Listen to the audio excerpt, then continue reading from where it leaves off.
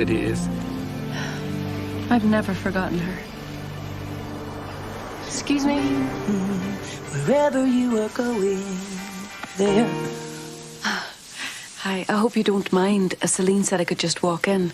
My name is Monica. You're here to see the room? So, Tess, we're going to a wedding. But it's just a wedding, all right? That's right. We're just invited guests. This is not our assignment. I wish that Gloria could come too. She would love meeting Audrey. Well, she may still get her chance.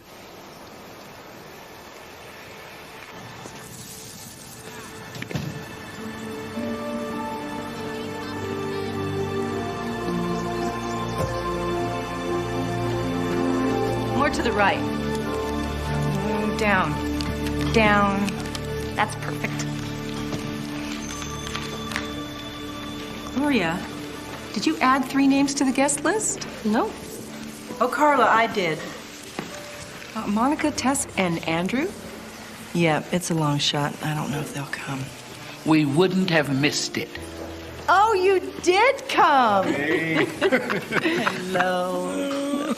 You look beautiful. Thank you. Congratulations. Oh, it's so good to see you guys. You got your invitations. Yes, we're so happy for you. Thank you. So where's Mr. Wright? Well, let me introduce you. This is Scott's son, Kyle. Hey, Kyle. Hi. And Scott's dad, George. George. About time we got to meet somebody from Audrey's side. So where's Scott? Right behind you. Oh, Scott, honey. Hey. I want to introduce you to some old friends. This is Monica. Hello. Hello. And Andrew. Hi. Hi. And this is Tess. Hello. So, how do you know Audrey? It's a long story. When Petey was sick, they sort of helped me out. They're special friends, and they've come a long way. Welcome. Pretty much everybody here is Scott's family. They all came in from Ohio, so tomorrow you're my family. In fact, I was wondering, Andrew, if you'd walk me down the aisle. I'd be honored. Hi, everybody. Now that's a tie. You think so? Yeah, Let's get handsome. down Herbie, this is Monica, Andrew, and Tess. Hello. Hi. Herbie is Scott's best friend, and he'll be marrying us tomorrow. there. Yeah, I was just ordained this morning on the internet. Oh, we should probably run through everything again just to make sure we get it right. Kyle, want to help me with the lighting the candles once more? Sure. Andrew, you're with me. Yes, ma'am. Is it just me, or did you expect to hear Scott say he had heard a lot about us? She hasn't told him. Hey, what are you guys doing here? Audrey invited us. She's an old friend. Huh.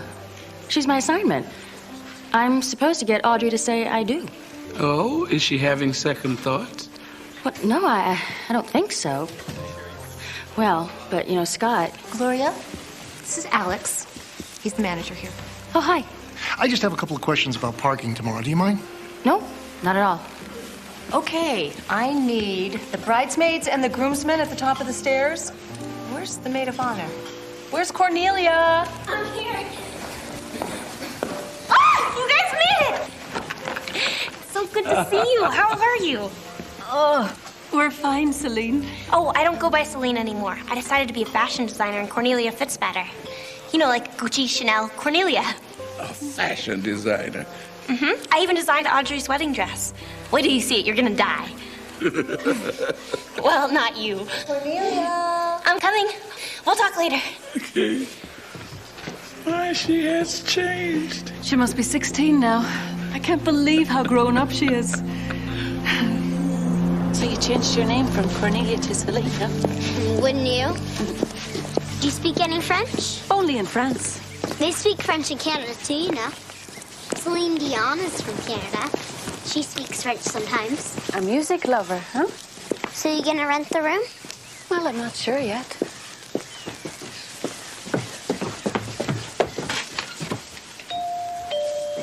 They won't hear you. Petey's taking a nap and Audrey's probably got her headphones on. Let's just go right in. Come on. It's okay. I practically live here.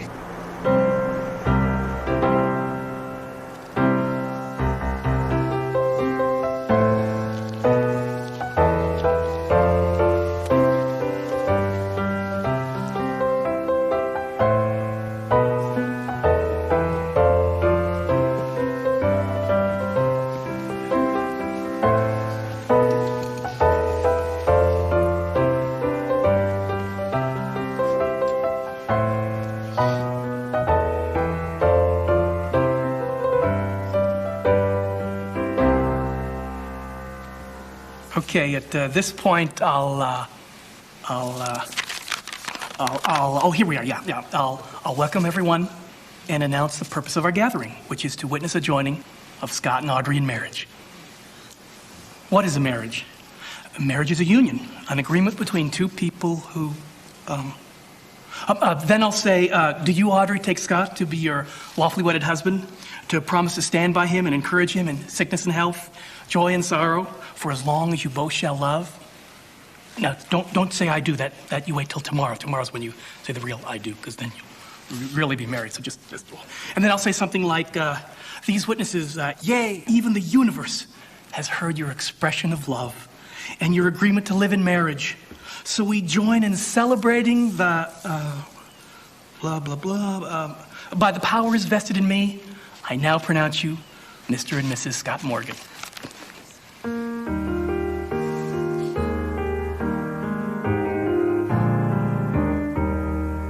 As long as they both shall love. The universe has heard you. Yeah, that's what I was going to tell you earlier. Scott's an atheist. You were great. Yeah, but how was I? And you were great. You mean it? I mean it, really. Is there anything you want me to change? Not a thing. Not a thing at all? Oh, hi, Monica. Audrey, may I ask you a question? Sure. Why wasn't God mentioned in your wedding vows? Oh, that. Look, Monica, I know what you're saying, but Scott and I have an understanding. Believe me, it's not a problem. It may not seem like a problem now, but can we talk about this later? I'm just so glad you're here.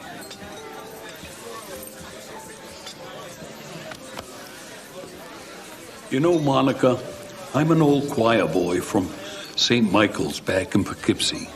And I must say, that ceremony seemed a bit off to me, too. Whatever happened to God? I don't think God was invited. Well, look on the bright side, Monica. At least we're going to get some great food. Food. Oh, dear. Could you excuse me a minute? Thank you. Andrew? I have a... Well, did you notice somewhere on the invitation where it said something about a rehearsal dinner? Yeah, it's in like 15 minutes. Oh, no, it's not, because I didn't read it. What am I going to do? Plan B. We're going to need two things. The banquet manager and a miracle. Well, the room's yours if you'd like it, but we're completely unprepared to serve a meal. That's all right. We can handle it from here, Mr. Waters. Yes, ma'am. What do I do? The wedding party's on the way. There's really only one thing to do now. Father, we thank you for your bounty that we're about to receive. Amen. Amen. Oh. Oh. Thank you. Thank you. Welcome. Dinner is served.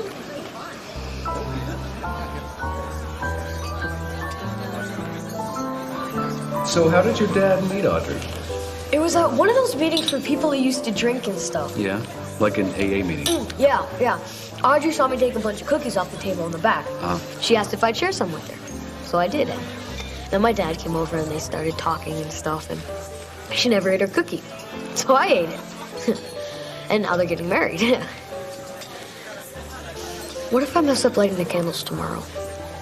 He'll be fine. Hey, partner. How about a dance? Okay.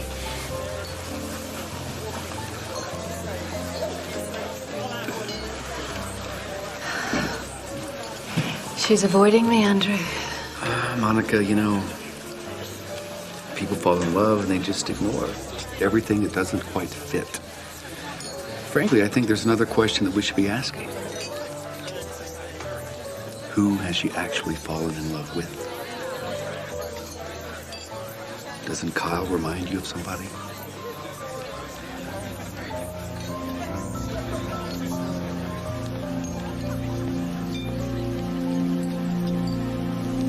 he's awake, and he wants to meet you. Hi. Hi. There's something else you need to know. You can't get cystic fibrosis from germs or kissing people. You have to be born with it. And you see his mom, she has to do that twice a day, or else all of the mucus and stuff in his lungs gets really thick, and then he can't breathe. Okay, done. So you still want to live here? Absolutely.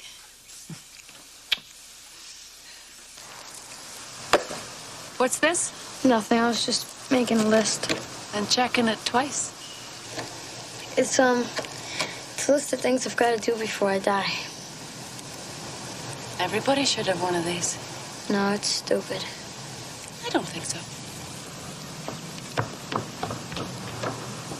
Do you mind if I take a look? Let's see. Number 1, learn to play the piano. That's an excellent, perfectly achievable goal. Number 2, find a good home for Fluffy. Celine's mom would never let her keep him. Number 3, find someone else to sing with Mom. That's very thoughtful, Petey. Number 4, get somebody to shovel the sidewalk for Mom when it snows. 5, help Mom finish the song. Is that the song you played for me? Yeah. I thought that if she could just finish one whole song, then she could write a whole bunch of them, you know?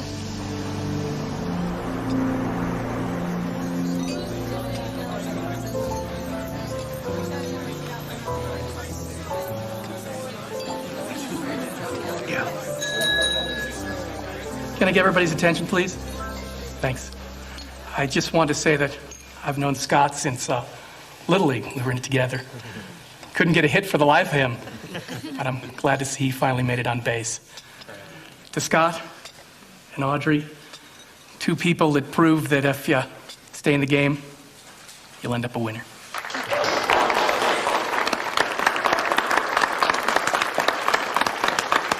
I'm Cornelia, if you didn't know. I've known Audrey all my life. I love her so much. I'm just so happy to be the maid of honor. I don't know what to say. Monica, would you say something, please?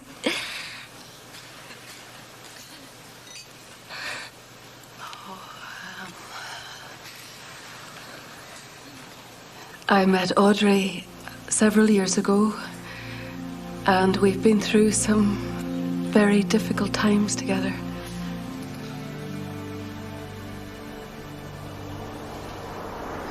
Every corner of creation. I can't do this.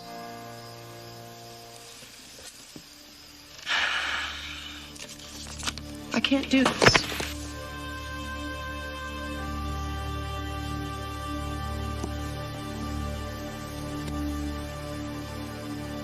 Petey didn't think you were ready to read this before, but I think you are now. You knew about it? Yes. Well, I can't do that. I can't write that song. You must, Audrey. Petey needs to know that you'll be okay. But I won't be okay. Yes, you will.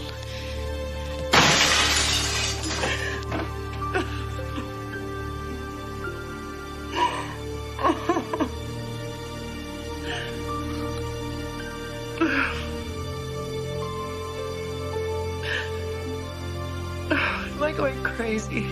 No. Am I awake? Yes. Was that you in my dreams? Yes. God's voice will be heard no matter what. Whether you listen is up to you. I did listen to him before. And look what happened. I wrote a song and my baby died. You wrote a beautiful song, Audrey, that helped Petey to die in peace. I'm sorry. So many memories. I don't even know where to begin. But one of my best memories is one that Audrey might repeat for us here. Would you do us the honor of singing the song that you wrote for Petey? Oh, I would, but I don't have my guitar.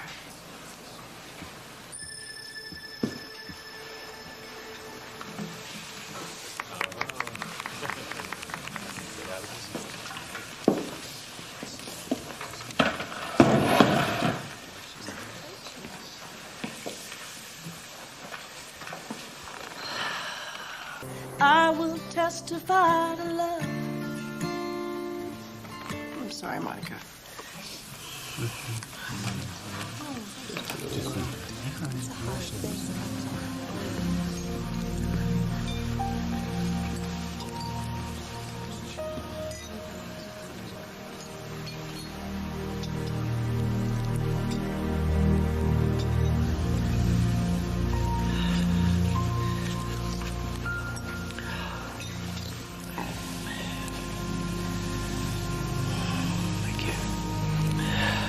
That was some song.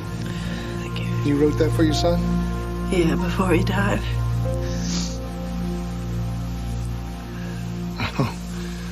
Keep it. Those are very special tears. God counts every one, you know. Yeah, thank you.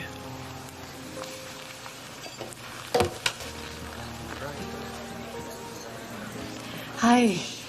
We haven't had much of an opportunity to get to know each other. It's been a busy time. I'm glad you're here. It means a lot to Audrey. This might sound strange, but has Audrey mentioned anything to you about angels? No. We steer clear of all that spiritual stuff. I know she used to be pretty religious, but I got her to back off all the hallelujah prayers and the crosses and the God stuff. Now she's just kind of generally spiritual. And me, I've changed too. I used to be a full-on atheist, and now I'm just an agnostic. But marriage is about compromise, right? Well, how did you get through AA when they put so much emphasis on a higher power? I just think of myself as only on an 11-step program. Excuse me. Oh, Tess, I'm not sure about this. This is not our assignment. It's Gloria's assignment, and she's here to help Audrey say I do. You all right?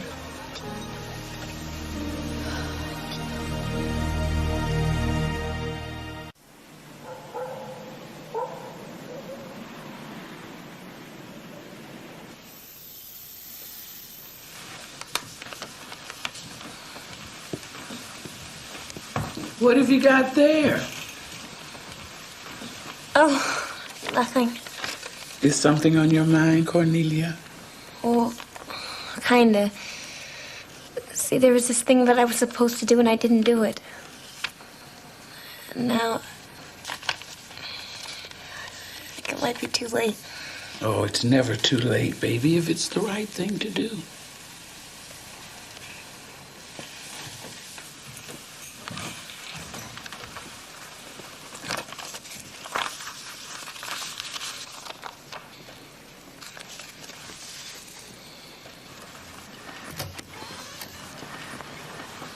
Half pepperoni, half veggie.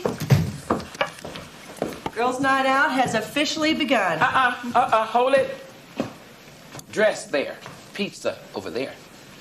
Far be it from me to argue with an angel. Okay, I know we need to talk.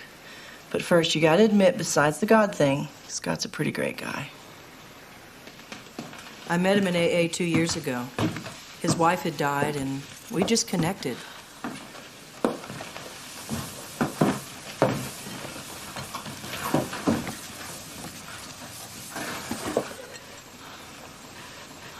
Audrey, have you ever heard the phrase unequally yoked? What do you mean? When a farmer puts 2 oxen in a yoke, they need to be the same size. And the yoke needs to be placed precisely in the middle. Because the slightest difference will begin to throw them off balance. They may still move forward, but never quite together. And eventually the team will not be able to function. Well, if it's so important to you, why don't you just go up to Scott and light up or something? Prove that God exists. It could be your wedding present to me. Problem solved. I can't do that. Angels go where God sends them, and they speak to the hearts of those that God has prepared for them. Well, what am I supposed to do? The last thing that you promised Petey that you would do is testify to love. God's love. But you haven't done that. You've kept silent. And now you're moving from your home. You've moved away from God. You compromised your life more and more, and with each compromise, you take a step further away from knowing that God exists. Audrey, you were given the gift of knowing the truth, and you have a responsibility to share that gift. Scott is a good man. He's a nice guy who has found a wonderful woman who loves his son. But I don't see the deep love that God wants for you, and I don't see the joy of two people in love. In fact, I don't think that you're truly marrying this man at all. I think you're just trying to replace Petey. How dare you? You don't know. I'm sorry, Monica. It was a mistake to invite you to my wedding.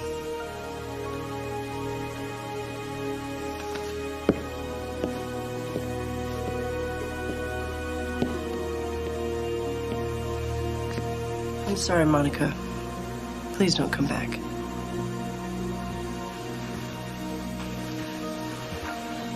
I didn't mean to hurt you, Audrey. It isn't always easy to hear the truth, but it's important that you do hear it.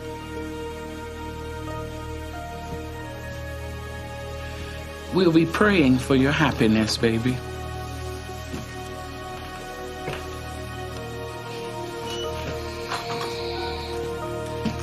I think I'm gonna go to bed now. Okay, good night, honey. Night, Audrey.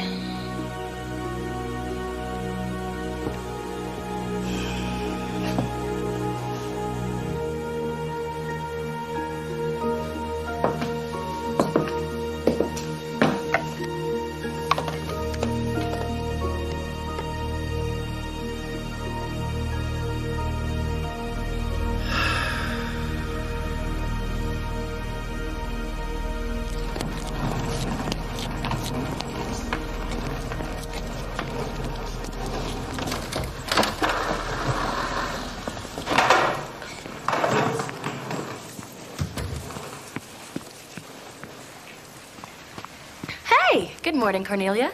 Hi. How are you supposed to walk in these things? Don't ask me. The last time I tried a pair of those on, I almost broke an ankle. You look beautiful. Thank you. Did you hear that Monica, Tess, and Andrew won't be coming? Yeah. Monica thinks that Audrey and Scott don't fit well together. I kind of been thinking the same thing. Have you told Audrey that? No. Why not? Because I really, really wanted to be maid of honor. It made me feel like I was finally grown up, you know? Sometimes the most grown-up thing you can do is tell a friend the truth, even if it means giving up something that matters to you.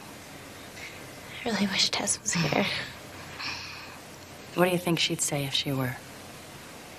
I guess I have to tell Audrey the truth. Maybe that's a good idea. Gloria, could you help me for just a moment? Sure, I'll be there in a minute.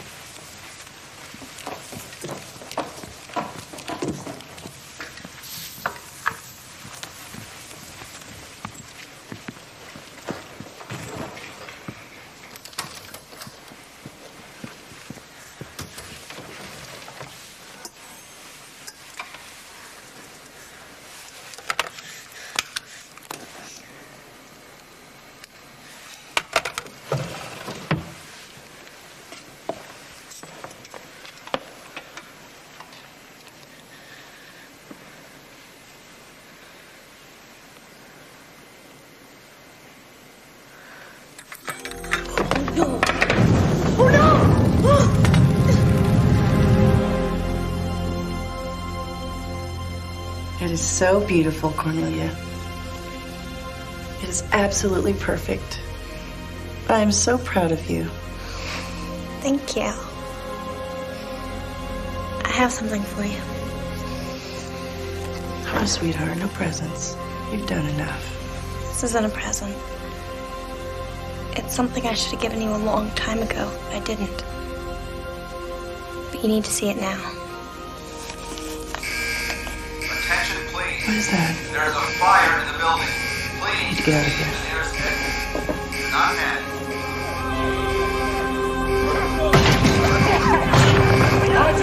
My department's on the way. I don't know. Just keep going. Have you seen Kyle? No, I can't find him. Kyle! We need an ambulance. Kyle! Come on, we need some help out here at the Hampstead house.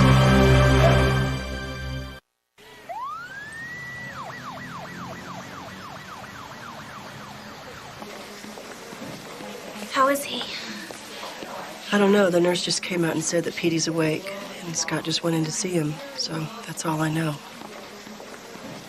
What? You just called him Petey. I meant Kyle. I think Monica was right. Cornelia. Here.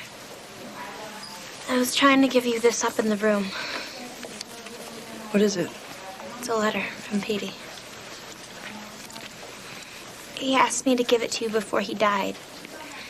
If you ever decided to get married.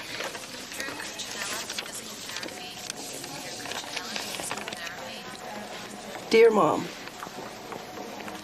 if you're reading this, you must be getting married. I knew you would someday. Or at least I hoped you would. I know the angels are coming to get me soon, so I've got to say this now. I hope he's great. I hope that you are the most important thing in his life. And that he makes you feel like singing.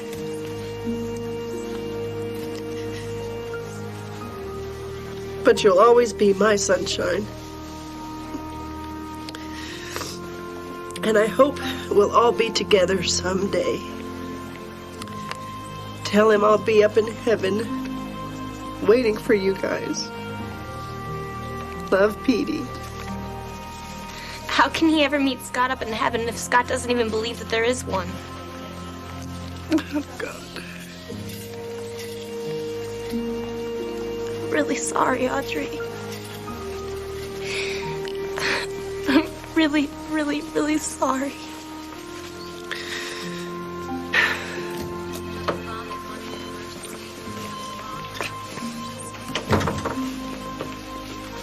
Honey, it's okay. Kyle's gonna be fine. He just inhaled a little bit of smoke. Oh, thank God. Don't thank God. Thank that guy Andrew. He's the one that pulled Kyle out of the fire. Andrew. Look, why don't you go back, get out of the dress, and then I'll meet you there and we'll figure out what we're gonna do. Okay.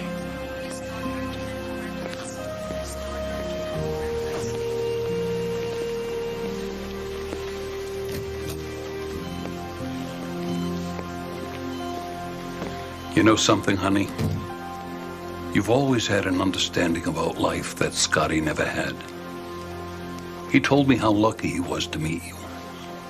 But I always thought he was blessed. And I guess when it comes down to it, that's the difference between you two. And I'm afraid that makes all the difference.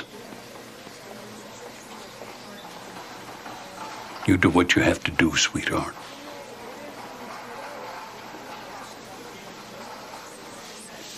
Goodbye, George.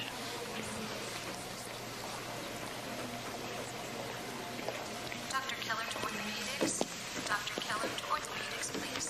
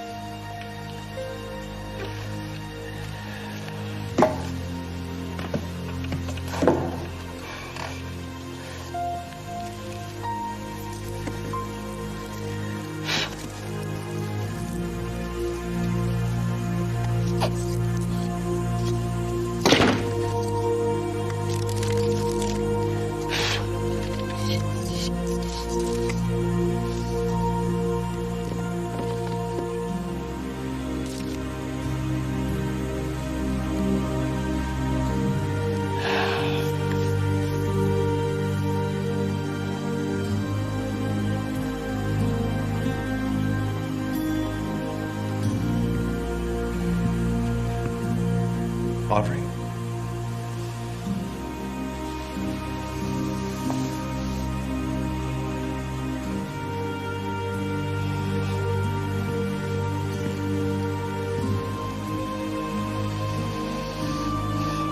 I need to tell you something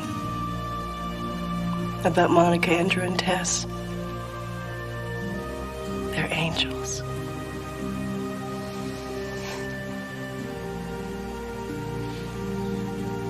You're serious? They came when Petey was dying, and they helped us.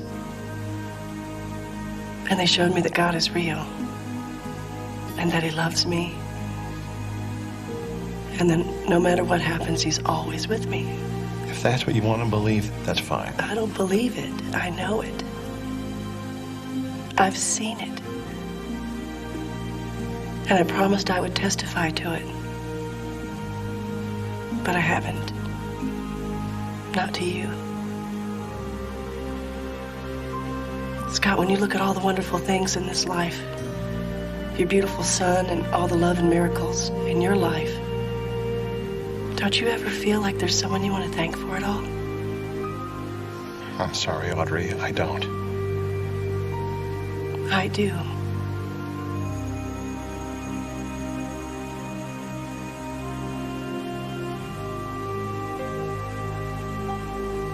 Scott, I love you. I love you too.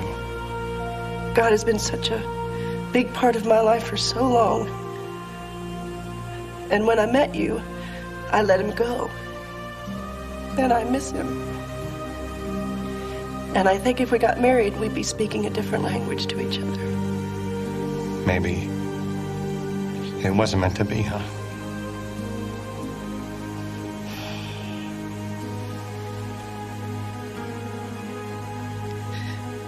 I'm sorry.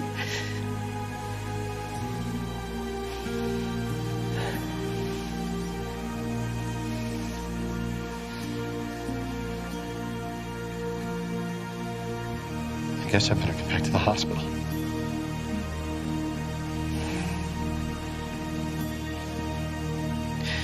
Scott,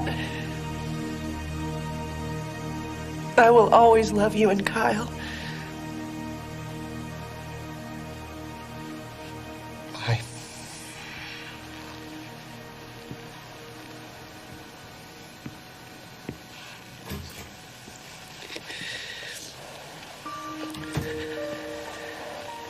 You were right, Monica. I am sorry, Audrey. I was so lonely. You thought it was easier to leave God out of it rather than let Him get in the way of the relationship. I never thought anybody would ever want me again. Maybe. I've been training you to take my place. I don't understand. Well, when this assignment is over, the Father has some new work for me to do. I don't know what it is, but I do know I can't be here with you. You mean that this is our last assignment? No. Now, nobody knows better than an angel that there are no real goodbyes. Yes, this is the last assignment I'll ever give you. But that's why I want you to do your best work ever. I want to be proud of you, baby. Now, do you remember this place? Yes. This is where you gave me my very first assignment. I never could resist a little symbolism. Well, the assignment is the same. You get on the bus and you follow it until the Father tells you what He wants you to do. Can you do that? Oh, yes, but... No buts. Now you get yourself together. Here it comes.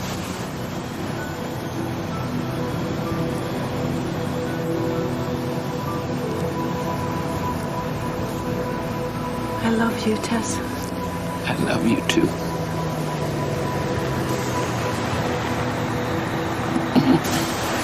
Go on, go on. Your ticket's in your pocket.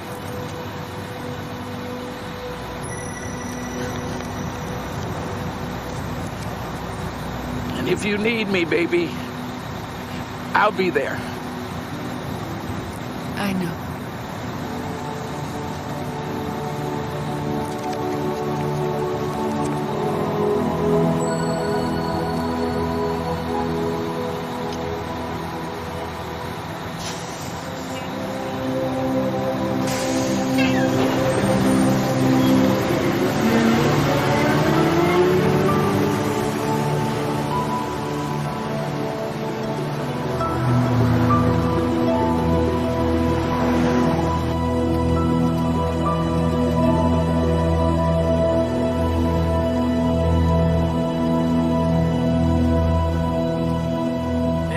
Next stop.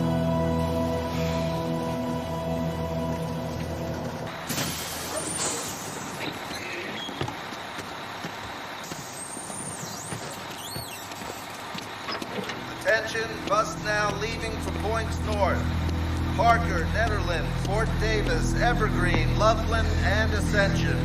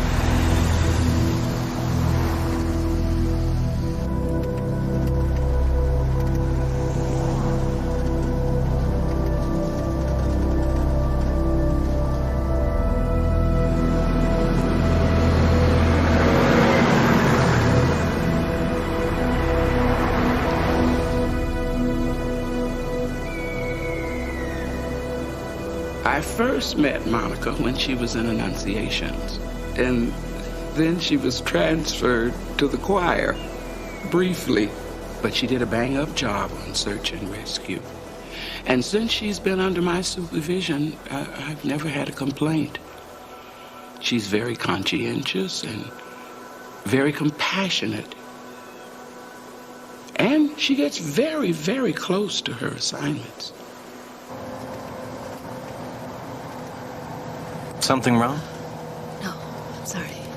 It's just that I'm looking for someone. I don't know who yet, but I don't think it's you.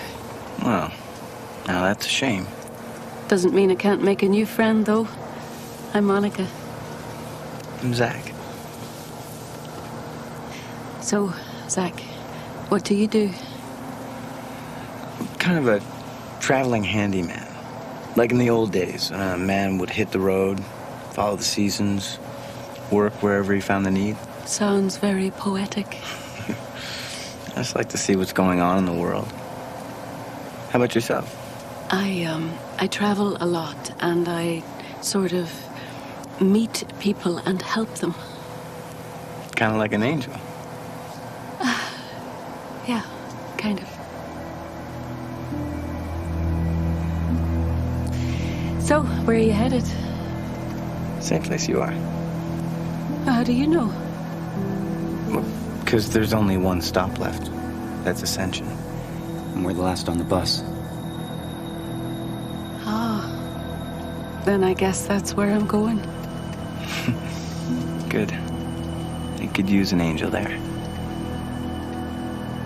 Why? You'll see.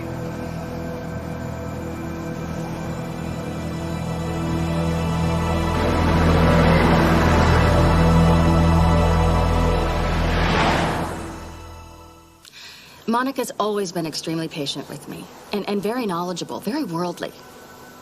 No, not worldly, ethereal. No. See, I mean in the world, but not of the world. You know what I mean? I'd like to mention that Monica is very honest. Exceedingly, achingly, horribly honest. And then there's that charming tendency to miss the big picture. But of course, that's only because she's, well, a bit of a dreamer.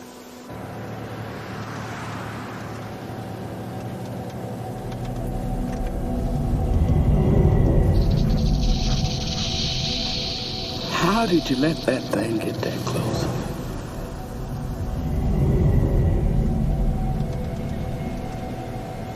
Monica is a very strong angel. I've seen her stand against the devil time and time again. Unfortunately, the more she fights him, the better he gets to know her. And now he's like a rattlesnake who knows exactly where and how to strike. Right at her heart. Monica. We're here.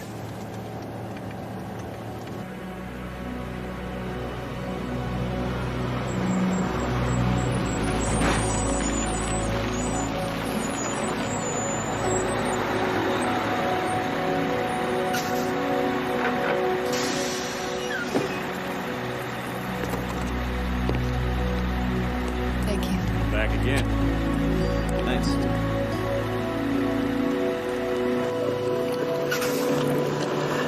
It's kind of quiet around here. Yeah. So, are you going to look for work in this town? Yeah, see what I can find. How about you? Well, I don't know yet. I suppose I will. I usually do.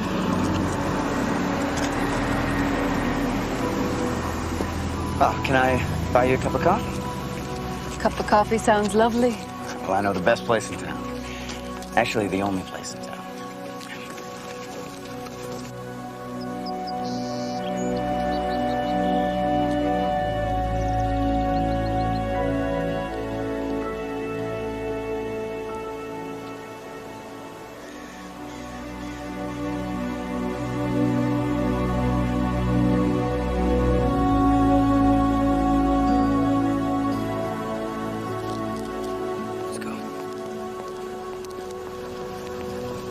So no luggage, no one to meet you at the bus. You really are a mystery lady.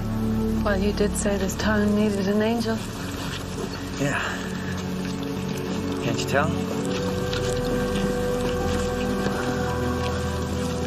It's Saturday, isn't it?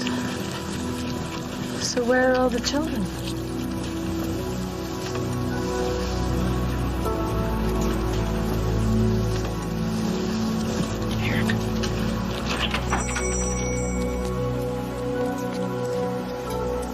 Menu's on the table. Be right with you.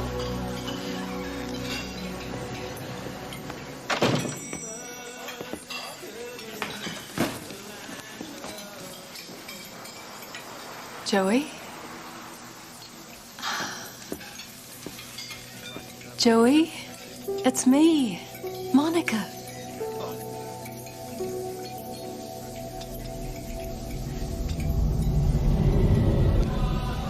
I'm really glad you came. I think that Mr. Beans needs an angel.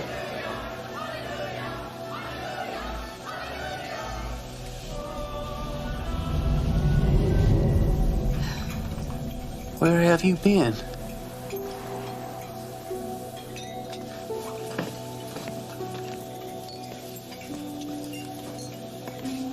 Did you hear? Joey, you know this lady? What is it, Joey? Where's Wayne? Wayne. He said something, Wayne. He talked to her.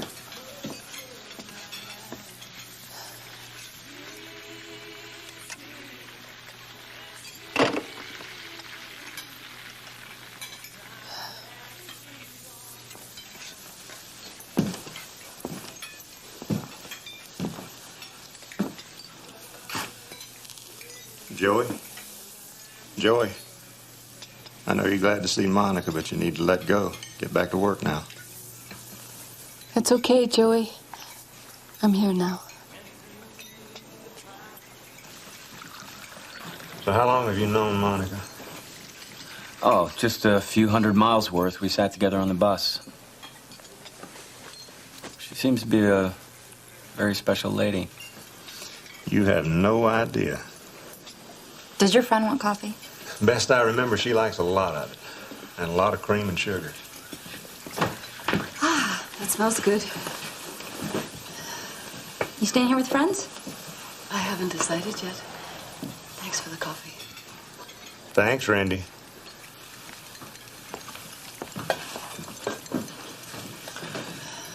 I hate to tell you this, but I don't think you're going to find a lot of work in this town. Forgive me, but there seems to be a lot of things around here that need repair. I could stay busy for a year just fixing up your main street. Didn't used to look like this. When Joey and I moved here a few years ago, this was a pretty little town. Very peaceful place. Actually, they hardly needed a sheriff at all. That's why I took the job. But things change. Wayne, where are the children? I guess you knew I got married. No. She was a teacher here. Was? She died about a year ago. Actually, she was killed, along with almost every kid in this town. Oh, Wayne. I heard about that.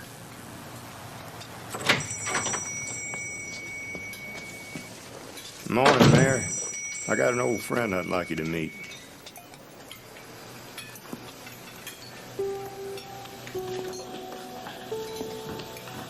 Oh, my God. I never thought I'd see you again. Hello. 15 years ago, I fell asleep behind the wheel of the car. On I-15 between Barstow and Vegas, you dropped by to wake me up.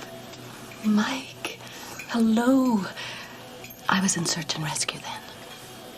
I never forgot you.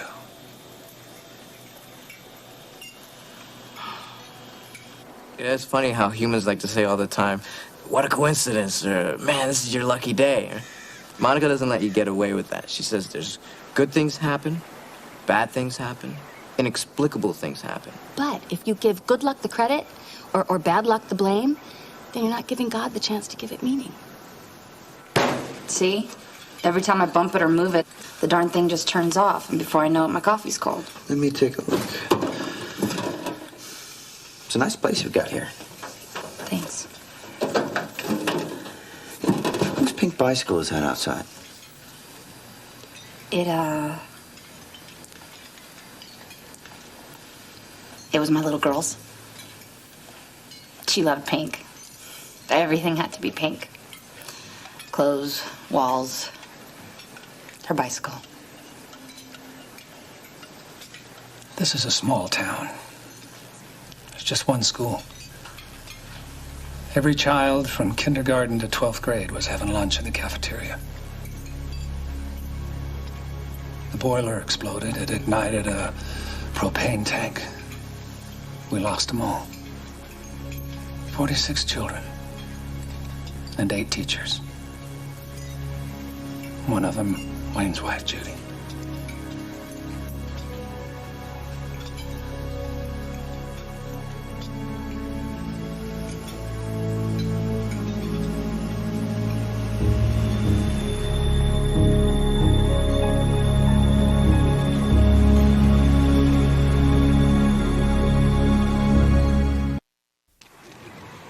And all of the children were killed?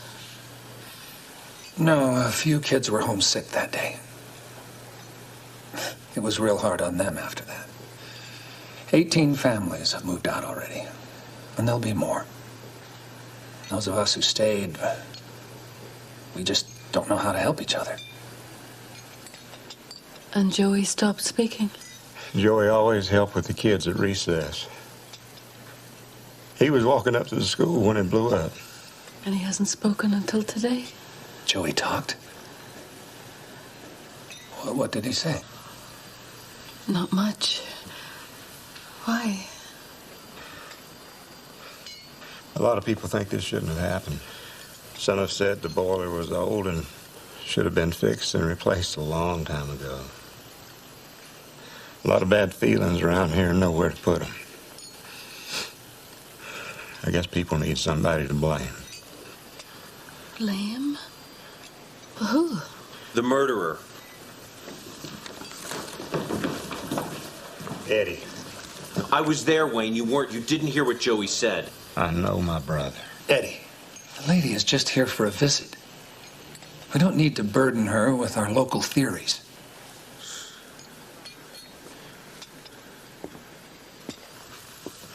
I need to get going. Monica, I'll see you later. Mary. Well, that was fast. Yeah, the prong was bent a little. No charge. Well, then no charge on the coffee either. Thanks. Randy?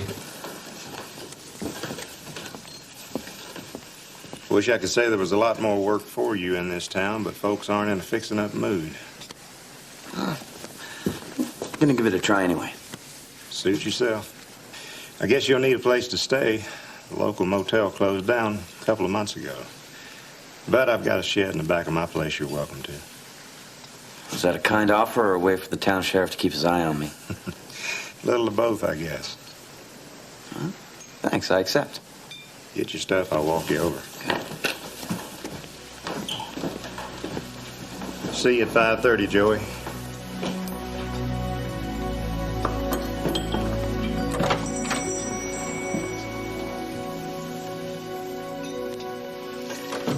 So, Mike, will you show me your town? Absolutely. Let's go. Still divorced. Kids in college. After you saved my bacon, I made a few changes. I stopped working 24/7. Quit the big law firm in the city and became a country lawyer. Small town, clean air, good people. Very good people. It's hard to see them hurt this much. Wish there was something I could do to help. Maybe that's why you're here. I don't know. I didn't want to be mayor. Nobody did. The other one moved away. He lost 2 children.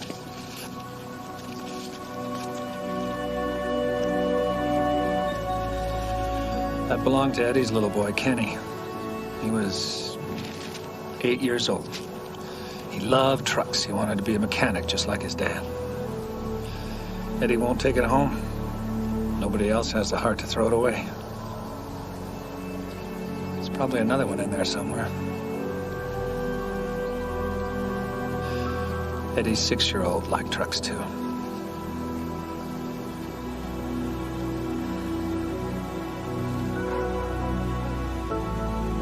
This is a friend of mine, Monica. Monica, Dr. Jean. She's my poker buddy and my ally on the town council.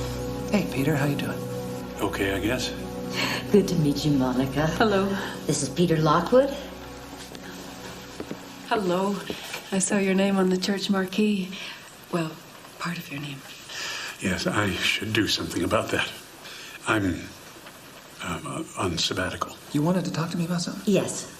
Excuse us, Monica, Peter. I'll be right back and then we'll have a look at your shoulder. You a reporter? Oh, no. Good. Because they never really got it right. Got what right? What it was like before. You had to be here. You had to know the children, to know what he took away that day. Who? The devil. Satan himself moved into this town, and he's still here. Eddie Markowski wants to call an emergency town meeting. What? I was in the cafe with him for over an hour. He never said a word to me. You remember the guy from Chicago who was looking at property to buy here last year? Oh, yeah. Well, Eddie says he's got a proposition for us. What kind of proposition? I don't know, but it can't be good. Honest to God, Mike, this whole town is going to hell in a handbasket. What do you have there?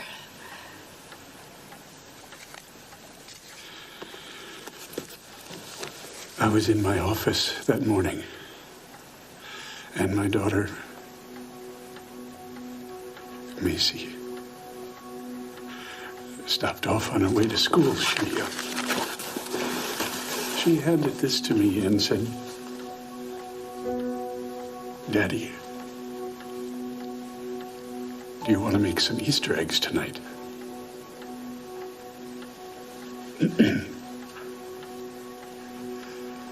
I keep waiting for the right time to make them for her.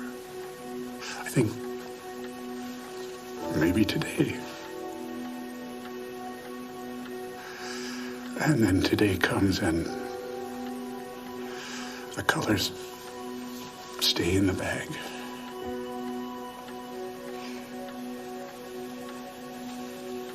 You remember the story of Easter. Death came on Friday, life on Sunday. But there was a long, very hard day in between. Yes, of course.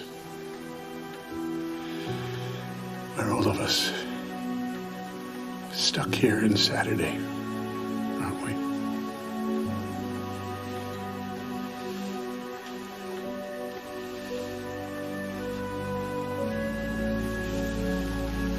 I delivered every one of those kids.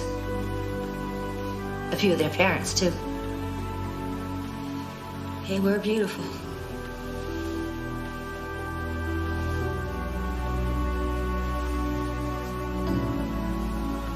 The minute I saw this place, I had to buy it, but the owner wouldn't sell until I agreed to let her stay. The piano teacher. Yeah. There she is. And all others. She's a remarkable character. She's taught half the children in this town to play the piano. She calls them her kids. She filled this place with music. Can't imagine living here without her. The character profiles in back in order. And her students? And these They're gone. All gone. You see that bag there? Belonged to her granddaughter. She loved Beethoven, Chopin. She forgot to take it home with her the night before the accident. Now I'm not allowed to touch it. She says it's evidence. Evidence? She's had a really hard life. She was abused by her husband, lived on the street for a while. Finally reconciled with her family, only to see both her grandchildren die in one day. Oh, no. Her daughter was one of the teachers at the school. And her son-in-law couldn't stand the loss, and he killed himself. So now she's developed this very strange obsession. All she talks about is the assassination of President Kennedy. Here. Like the story. Well, somebody assassinated him, but nobody's ever been to Dallas. People lie. What are all these books? Research and evidence, theories, and responses to theories, diagrams and random notes, witnesses, suspects. Are we talking about the Kennedy assassination? What do you know about it all of a sudden? You know her. Right next to Parkland Hospital. Well, that house there. There's too many questions. Sophie? So that's Dallas. No, that must be New Orleans. Sophie? On Elm Street. Well, Monica, I could have used you hours ago. I know. I'm sorry that I'm late. There's a whole new theory that needs to be examined. At the time of the assassination, Wayne's little brother, Joey, that poor baby, saw the whole thing. Right, he was standing right there in front of the school book depository. He passes right out. And when he comes to, he is babbling about the man. Where is the man? What happened to the man in the school? Now, who is that man? I want him in here to examine him, question him. Is it true? Did Joey see a man at the school? When Joey woke up, he told Eddie he saw a stranger in the school. That was enough to keep folks wondering. Wondering if the children were murdered.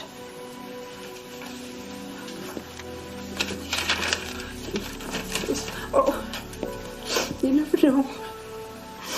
You never know in what direction it's coming from. Sometimes the underpass, sometimes from the grassy knoll, and then sometimes they just blow up the whole motorcade. The whole motorcade.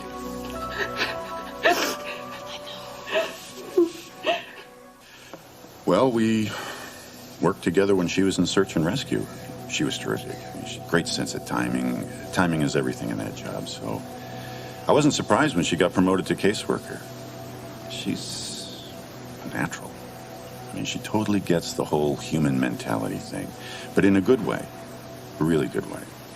Well, there's that door at Dr. Jean's. Right. And I was thinking I would talk to the preacher about fixing the sign out front of the church. Sophie's always complaining about some loose hinges on her piano bench. Well, that should keep you busy. Oh, good morning, Joey. He used to talk a lot, huh? Oh, yes. Especially to Mr. Beans. He was this funny little green teddy bear with brown ears and a red ribbon. Whatever Joey has locked in his mind, he would have shared it with Mr. Beans. Have you ever been to Dallas?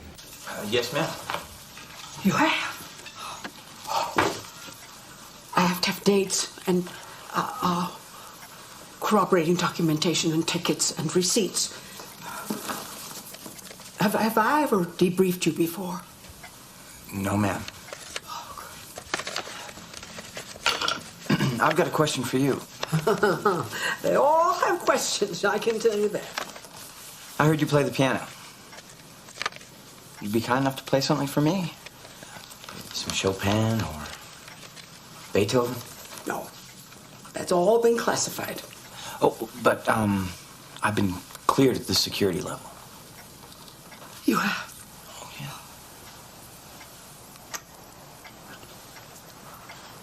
Well, this is highly irregular.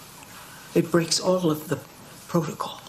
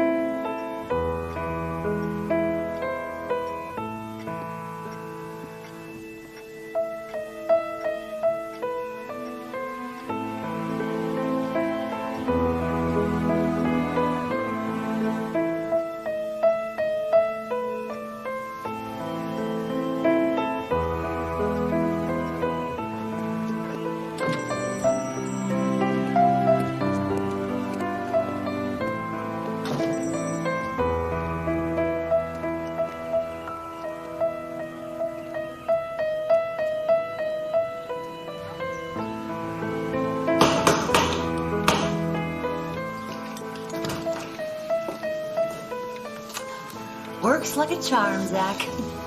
How much do I owe you? Mom, no charge.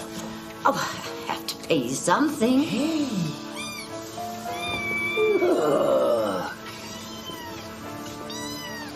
A new patient. No, I'm not a veterinarian. I know, but baby's a baby, right?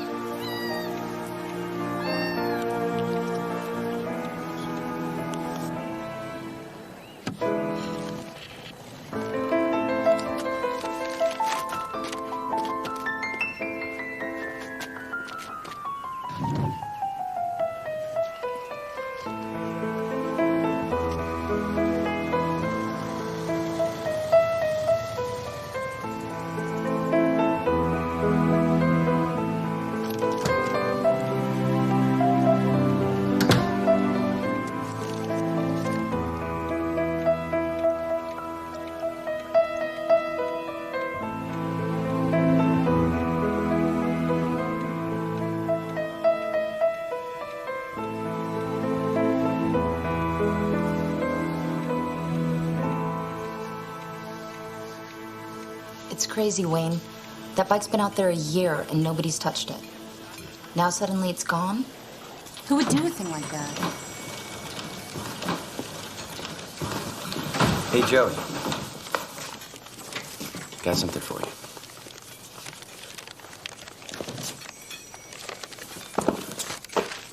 Mr. Beans! I fix toasters, I sew teddy bears. What can I say?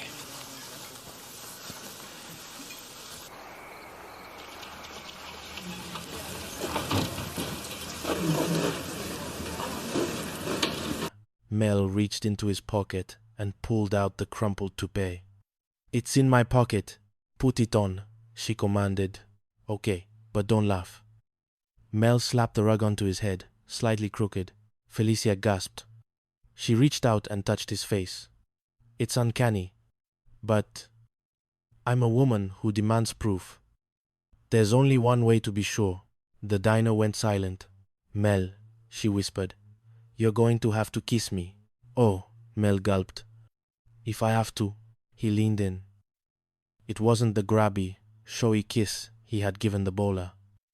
It was tentative at first, then firm. He closed his eyes, channeling the Atlantic Ocean breeze, the taste of saltwater toffee, and the fearlessness of a young sailor. He pulled back. Felicia opened her eyes. They were shining. "It's you," she breathed. "My Mel." A cheer erupted from the few customers left. Vera clapped her hands. "It's a fairy tale. The beautiful princess kisses the frog." "Stow it, dingy," Mel grinned, but there was no malice in it. "I'm sorry I embarrassed you," Felicia said, straightening his toupee. "How can I make it up to you?" "Dinner?" Mel asked. "Tonight? I'd love that." She left with a wave, promising to return at 8. Mel stood there, the toupee sliding down his forehead, but he looked 10 feet tall. "Well," Alice said, wiping down the counter, "I guess you aren't a liar after all." Mel leaned back, folding his arms. "I told you, Alice. I kissed thousands of dames. Hundreds. Dozens." He paused. 4, if you count my mother." Alice laughed. "Go make the chili, Mel. I used to be sad. I used to be shy." Mel sang off key, heading back to his grill. "Funniest thing, the saddest part is I never knew why." Life at the diner had returned to normal. But Mel Sharples walked a little lighter, carrying the knowledge that once, long ago, he had been magic. And maybe, just maybe, he still was. But as the sun began to set on Phoenix, turning the sky a bruised purple, Alice noticed Vera at the end of the counter, staring at a piece of mail. Her face wasn't lit with the joy of the reunion they had just witnessed. It was clouded with anxiety. "What's that, honey?" Alice asked, moving closer. "It's an invitation," Vera said, her voice small. "To my high school reunion in Boston." Vera high school reunion. Alice saw the trembling in Vera's hands. While Mel's past had been a source of glory, Vera's past seemed to be a ghost she was terrified to face. "A chance to relive the good old days?" Alice asked encouragingly. Vera looked up, her eyes wide and wet. "Actually, Alice, my good old days weren't all that good." The saga of Mel's diner was far from over. Novel title: The Chili and the Stardust. Part 2. The Wallflowers Return. Chapter 6. The Ghost of Geometry Class. The morning rush at Mel's diner had subsided into the lull of mid-afternoon, a time when the dust motes danced in the shafts of sunlight, and the coffee sat thickening on the burner.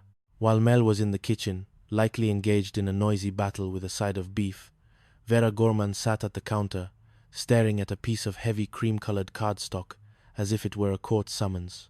Alice Hyatt poured a fresh cup of coffee and leaned over Vera's shoulder.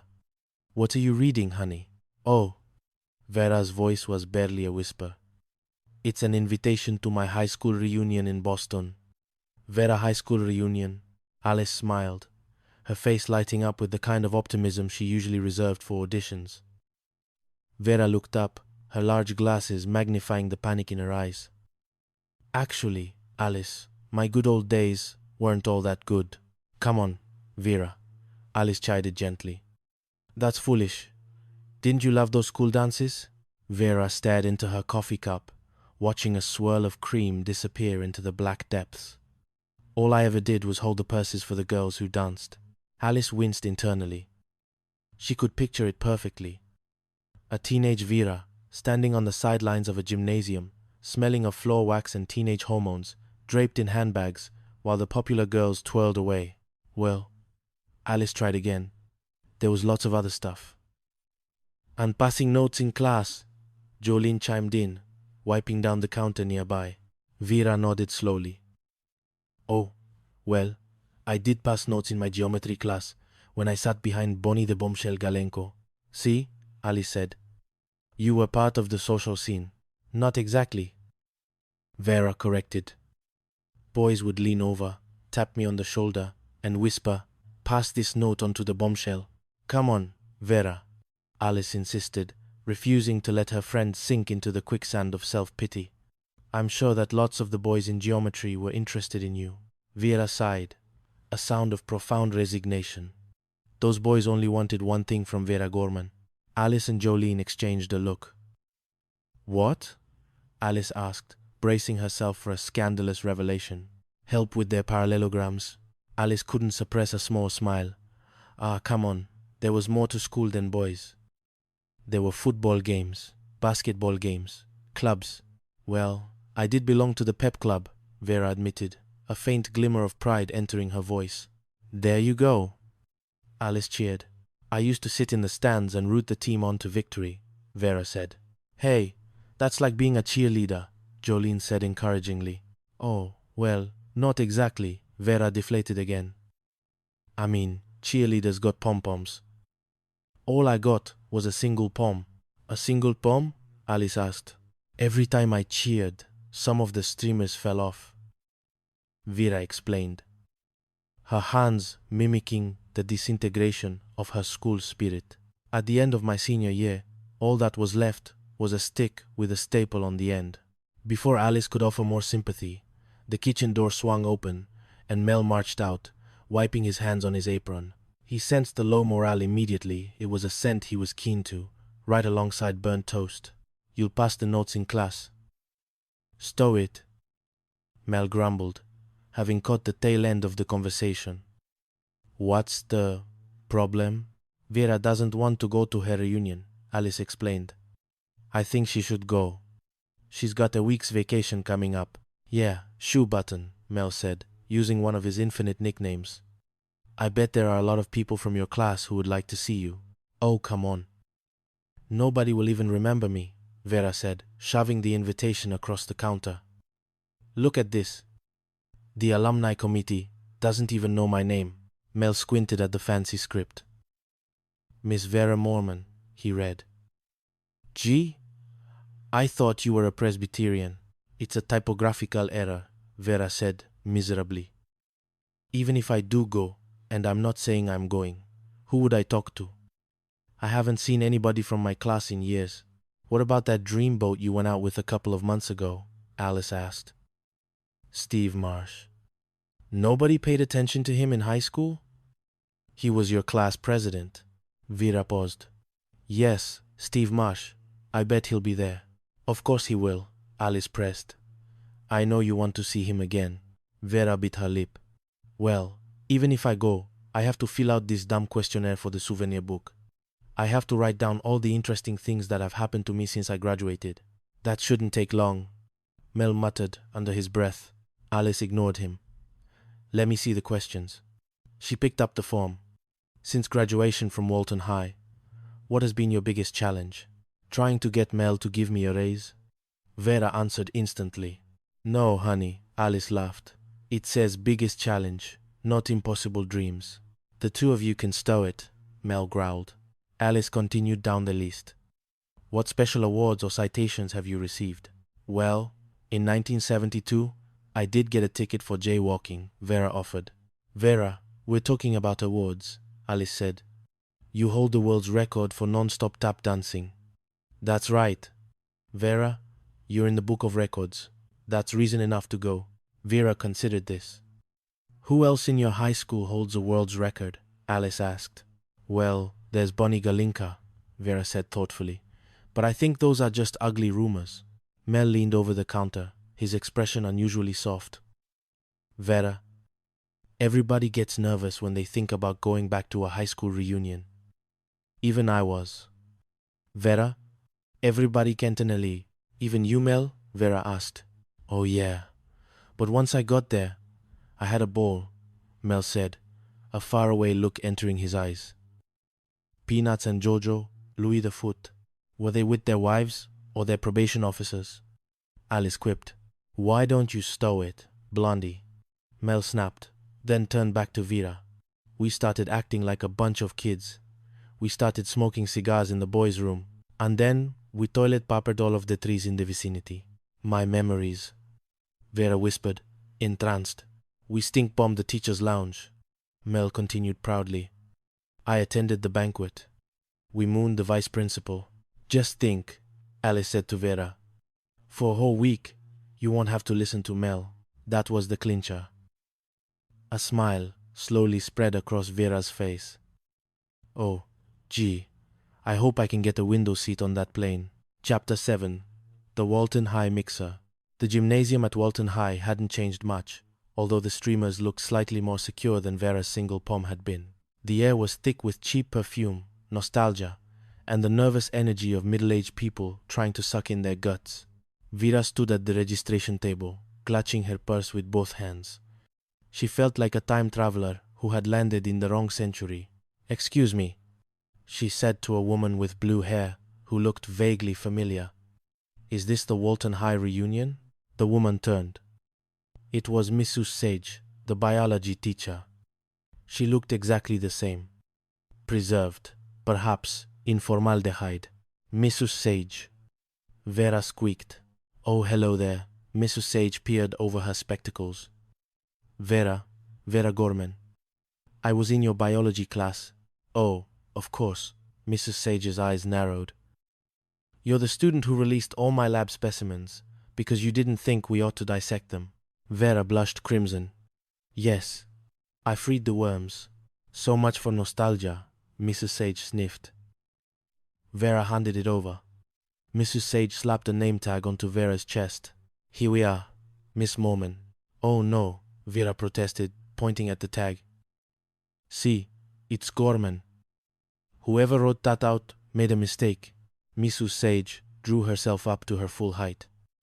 I wrote that out, Miss Mormon. Oh, but that's not my name, Vera stammered. Are you saying teacher is wrong? Old habits die hard. Vera shrank back. No, ma'am. Well then. Let's slap that on. And go out there. And mingle. Go, go, go, go. Vera stumbled into the crowd, branded Miss Mormon. She tried to spot a friendly face. Doris, she shouted, waving at a woman near the punch bowl. Doris, man. How's it going? The woman turned. It's not Doris. Man, that's Francine Love. Oh, Vera said, retreating. She spotted a balding man. Hey, Freddy! Look who's here. The man squinted. Freddy Petrillo, huh? I used to have more hair. Yeah. I got contacts too, Vera babbled nervously. Hey, Freddy. There's Margarita McCorkle. That's not Margarita McCorkle, Freddy corrected. That's Trudy Wilson. Vera felt the room spinning. Everyone was a stranger wearing a familiar mask. Vera Gorman. Vera turned to see a woman in a glittering dress. Oh, don't you recognize me? You sat behind me in geometry. Bonnie Galenko. Vera gasped. The bombshell herself. It's really nice to see you, Bonnie said warmly. Oh, Vera, do you remember Marilyn Phillips and Patty Simon, the Walton High cheerleaders? Two other women approached. Vera braced herself for rejection. You probably don't remember me, she said. You're right, I don't, Patty said bluntly. I do, Marilyn interjected. I used to copy off your paper in social studies. You copied my paper? Vera asked, stunned. Oh, sure. You were the only one that memorized all the state birds, Marilyn laughed. New Hampshire? Purple finch. Vera answered automatically. See? Marilyn beamed. I'm Patty Alessio now. We live in Oklahoma, scissor-tailed flycatcher, Vera recited. And I'm Marilyn Gordon now, the other woman said. Mrs. Dutch Gordon. I see where you're Vera Mormon now. That was a mistake, Vera muttered. Just then, the crowd seemed to part. Walking through the throngs of accountants and insurance salesmen was a vision in a tuxedo. There's Steve Marsh, someone whispered. The class president. Vera's heart did a tap dance in her chest. Steve looked exactly as she remembered, only better distinguished, handsome, and scanning the room as if looking for treasure. His eyes landed on her. He walked straight over. Vera, he said, his voice smooth as silk. I've been looking all over for you. Steve, Vera breathed. You look beautiful, Vera, he said softly. Oh, thanks, Steve. Oh, you have a little lipstick on your tooth, she pointed out helpfully. A little black. Steve quickly wiped it away, unperturbed. Do you want to dance? He took her hand. Vera felt like Cinderella. If Cinderella had worn orthotic shoes and held purses for a living. I hope you're going to be in Boston for a while, Steve said as he spun her onto the floor. You've got a lot to catch up on. You know, he confessed, pulling her closer. I was afraid I wasn't going to make it. Eastern brown pelican. Vera whispered, gazing into his eyes. Chapter 8. The Sponge and the Stone. A week later, Mel's diner was operating at its usual frantic pace. Alice was balancing 3 plates on her arm when the door burst open. I'm back, Vera announced, dragging a suitcase that looked bigger than she was. Welcome back, Bones, Mel grunted from the pass-through. Did you have fun? Bones, Mel grunted from the pass-through. Well, not much at the beginning, Vera admitted, sliding onto a stool. I told you, you should have mooned the vice principal, Mel advised sagely. I mean, if you didn't have a good time. Well, actually, it did pick up later on, Vera interrupted, a blush creeping up her neck. I got engaged. The diner ground to a halt. Alice dropped a fork. You got what? Engaged. Vera held up her hand. A modest ring sparkled under the fluorescent lights. Hey, look at this rock. Jolene gasped, grabbing Vera's hand. Steve Marsh? Alice asked, stunned.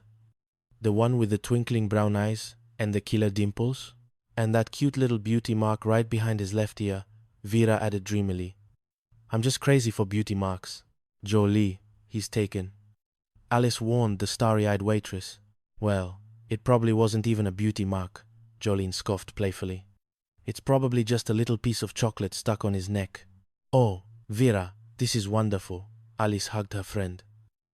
I'll tell you, you go away for 1 week, you come back engaged. I wish you could work that fast around here, Mel shouted. Get out! Vera ignored him, lost in the memory. It was just like a fairy tale. Steve and I ran into each other at the reunion, and we spent every waking minute together.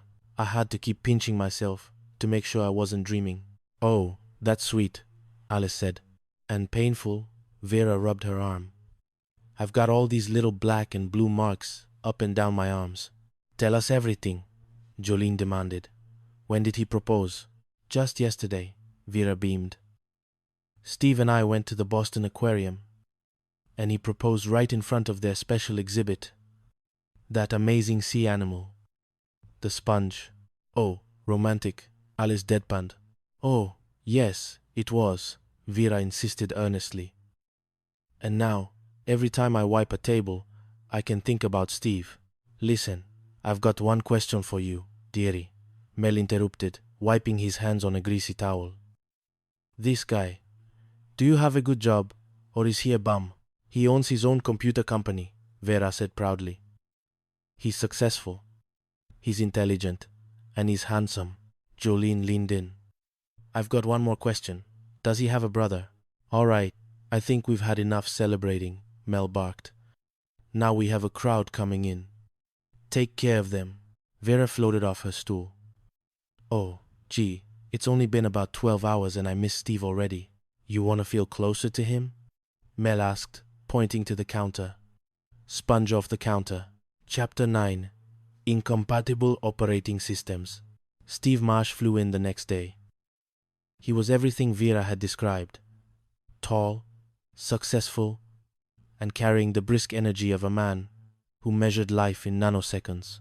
He sat at a booth in the diner, typing furiously into a portable computer that looked like a sewing machine case. Vera hovered over him, a tray of food balanced on one hand.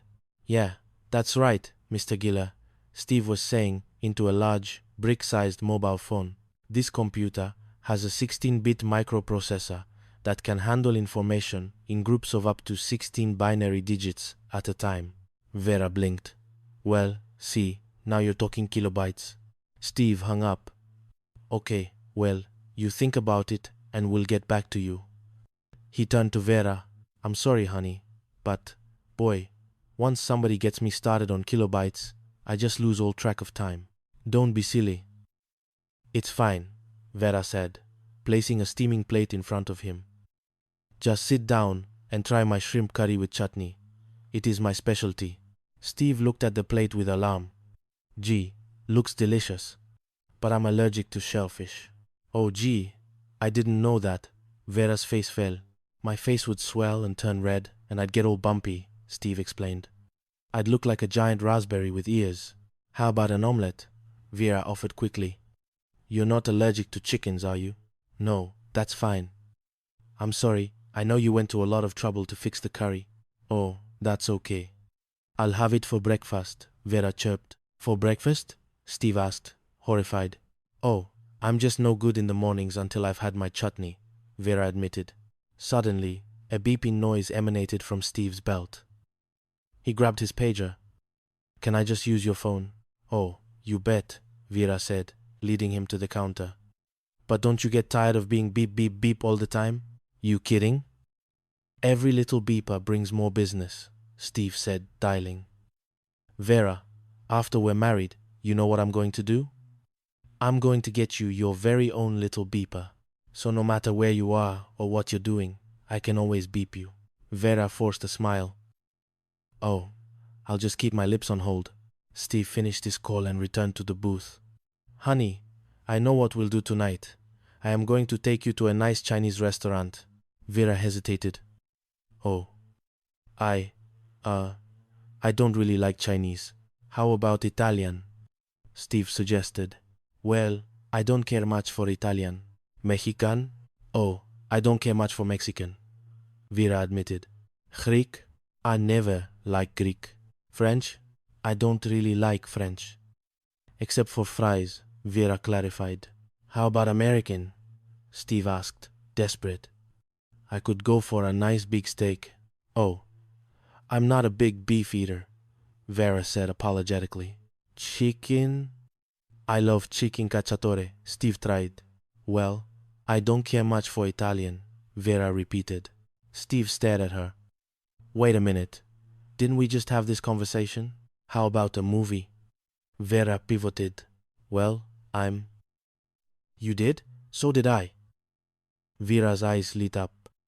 Finally, a connection. "Didn't you like the acting of the special effects?" "Oh, the computer," Steve gushed. He was terrific. "Of course. That 9000 series would be all outdated now with silicon chips." "Hey, here's something you'll love," Steve continued, pulling out a small component. "The central processing unit of one of the new personal computers is inscribed on a silicon chip that's no bigger than a fingernail."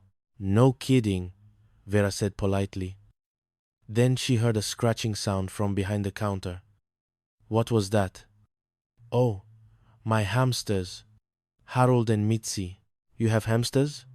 Steve asked. "Oh yeah. I put them over by the stove so they could pretend they were in the tropics," Vera giggled. "You don't like animals?" Vera asked, seeing his expression. "I don't know. I never really had a pet," Steve shrugged. "See, I was always more interested in machines. Things I could tear apart and see what made them tick." A silence stretched between them, wider than the Grand Canyon. "Steve," Vera said softly, "I was just thinking that we don't know each other very well."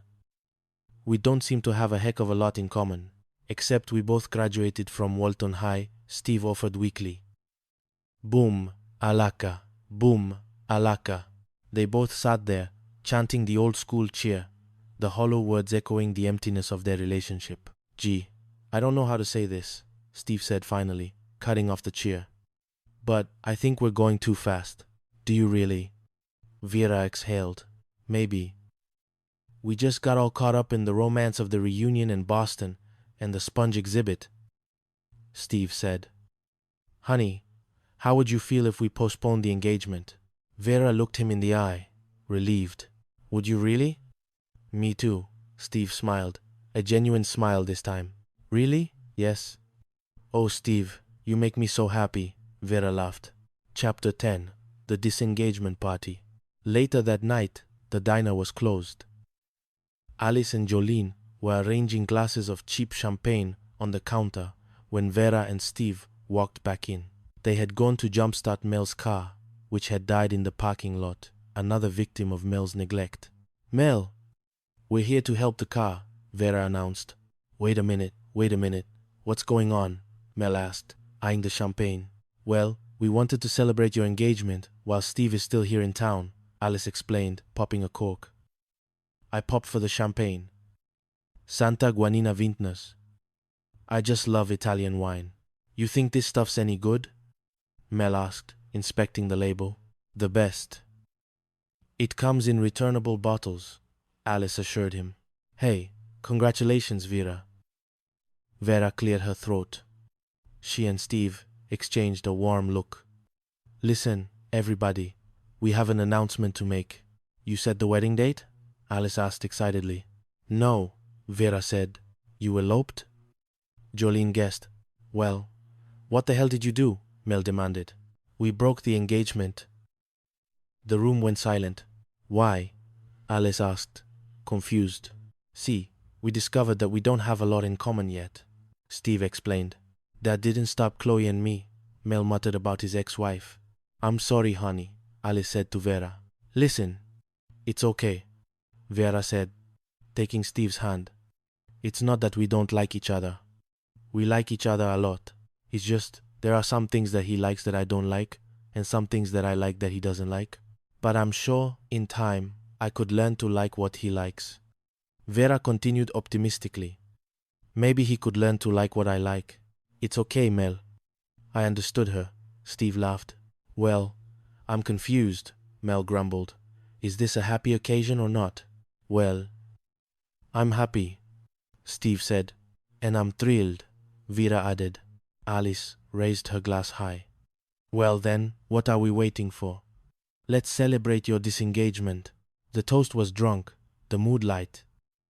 Vera watched Steve leave later that night, not with a broken heart, but with the peaceful satisfaction of someone who had stepped back from a cliff just in time.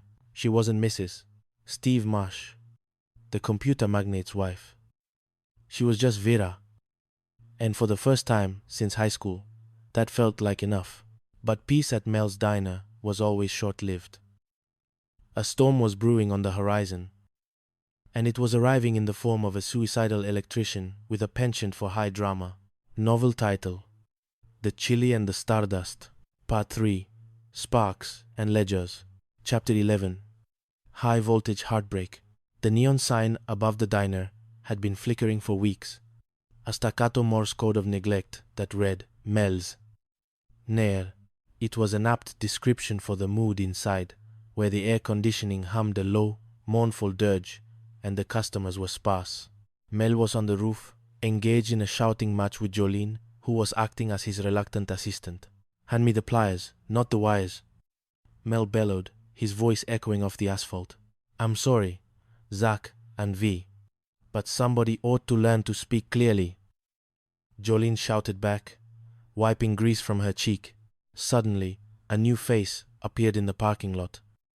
He was a man who looked like he had been assembled from spare parts of other, sadder men. He wore a tool belt that seemed to weigh more than his personality. Hello there, he called out, shielding his eyes against the glare. Who is he? Alice asked, peering through the window. His face is familiar. The man climbed the ladder with surprising agility for someone so downtrodden. "Well, if it isn't us, you," Mel exclaimed, recognizing him. Monty. Monty from the Siesta Mirage Hotel in Vegas. Monty Hickman had arrived. He was a busboy turned electrician turned professional victim. He had come to Phoenix on what was supposed to be his honeymoon, except for one small detail. The bride, an exotic dancer named Raven, hadn't shown up. There I was in my white wedding suit with a pink ruffle shirt, Monty recounted later, sitting in a booth and nursing a coffee like it was holy water. Standing at the altar of the wedding, Lazarus Chapel. "She left you standing at the altar?" Alice asked sympathetically. "I stood for a while, but then I sat down." 8 hours on your feet is rough, Monty sighed. Mel, ever the opportunist, saw a silver lining in Monty's cloud of despair. "You said the sign on the roof is on the fritz." "I'll fix it," Monty offered. "For room and board?" Mel negotiated instantly. "Deal. I found myself a handyman." Monty moved into the storeroom, but his baggage wasn't just physical. He projected his heartbreak onto everyone he met. When he first saw Jolene, he nearly wept. "You see, Jolene reminds me of Raven," Monty confessed, staring at the waitress. "She's an exotic dancer. She had this one number where she actually molted. Must have been a very moving experience," Alice deadpanned. Alice, with her terminal case of empathy, decided to cheer him up. She sat him down for a pep talk, praising his expressive eyes and terrific head of hair. It worked too well. By dinner time, Monty had transferred his obsession from the molting Raven to Alice. He transformed the storeroom into a candlelit bistro, serving linguine and speaking in a French accent that sounded more like a sinus infection. "Welcome to Monty's storeroom," he announced, bowing low. "Italian is the language of linguine, but French is the language of l'amour." Alice realized she had made a terrible mistake. "Monty, this is serious," she told Vera later. "The man thinks he's in love with me. Alisu Sara, if I tell him I don't feel the same way, it's gonna put him right in the old dumpster." Chapter 12. The Ultimatum. The rejection went as poorly as expected. Alice was gentle but firm, or as she put it, sweet but rotten. Monty took the news with a nod, a smile, and then promptly climbed back onto the roof of the diner. "Hey, there's a guy on your roof," a customer shouted. "He says he's gonna jump." The diner emptied into the parking lot.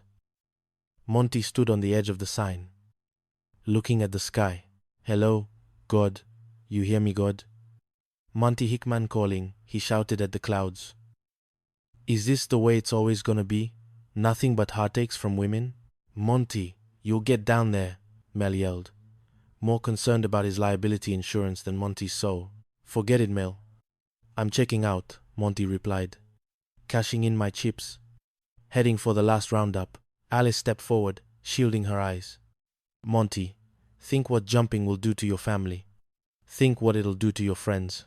Think what it'll do to my business," Mel added unhelpfully. "Is there anything I can say that will get you to come down?" Alice pleaded. Monty looked down, a spark of manipulation lighting his eyes. "You can say, 'I'll marry you, Monty,'" the crowd gasped. "Say it, Alice," someone yelled. "You're jumping," Alice said flatly. "No, I want to hear the words," Monty insisted. Just as the tension reached its breaking point, Alice's son, Tommy, arrived, looking for a snack. He wandered into the middle of the suicide negotiation. "Mom, he's your kid?" Monty asked, looking at the tall teenager. "How'd you get a kid that big?" "He's a growing boy," Mel said. "Look at those feet. Soon he's gonna go to college," Alice explained, seizing the moment. "One of those really expensive colleges back east. He's going to need new clothes, books, an apartment off campus, and a new car," Tommy added hopefully. "I'd prefer a Ferrari." Monty's resolve wavered. He looked at Alice, then at the looming financial burden that was Tommy. "Listen, Alice," Monty shouted down. "I had no idea that you came with this kind of overhead. I'm far too young to just settle down with the first woman who throws herself at my feet." He climbed down the ladder, his will to live restored by the terrifying prospect of tuition fees. Chapter 13. The Feedbag War. Monty eventually drifted back to Vegas, leaving the sign fixed, but the diner's finances in ruins. The real threat, however, was across the street. Freddy's Feedbag was a new establishment that had opened nearby, and it was draining Mel's customer base like a vampire. "There's a big crowd over at Freddy's Feedbag," Henry reported one afternoon, staring out the window. "People are waiting 2 hours just to get a seat." "What'll it be, Henry?" Mel asked, his voice tight. "Just give me a bowl of hot water." "Throw a spoon in it," Henry said. "I brought a sandwich from home," Mel exploded. "This is not a rescue mission. That hot water's gonna cost you $50. "Take it easy, Mel," Alice said. "Henry's just trying to save money. You want to talk rough times?" Mel gestured around the empty diner. "This is rough times. Freddy is stealing my customers. You know the saying," Jolene drawled. "If you can't beat him, join him." Mel should have a giveaway game too. "I am not going to spend good money to start a dumb game," Mel scoffed. "Freddy's game works," Jolene insisted. "Every time a customer pays their check, they get a letter. When you can spell Freddy's, you win $100, Mel paused. Greed warred with frugality in his brain. Greed won. "I can see it now," he whispered. "Spell Mel's and be a winner." Chapter 14. Spell M-E-L's.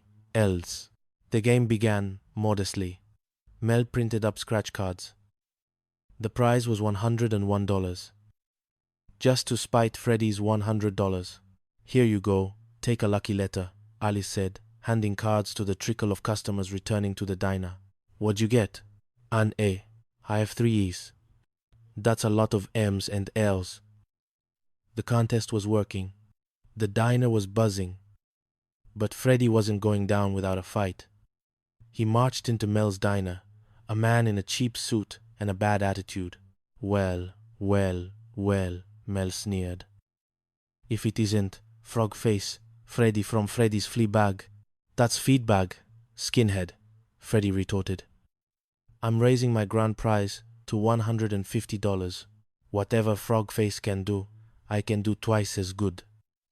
Mel shouted, losing control. "Spell Mel's is now $300. $350. Freddy yelled. $700. Mel counted.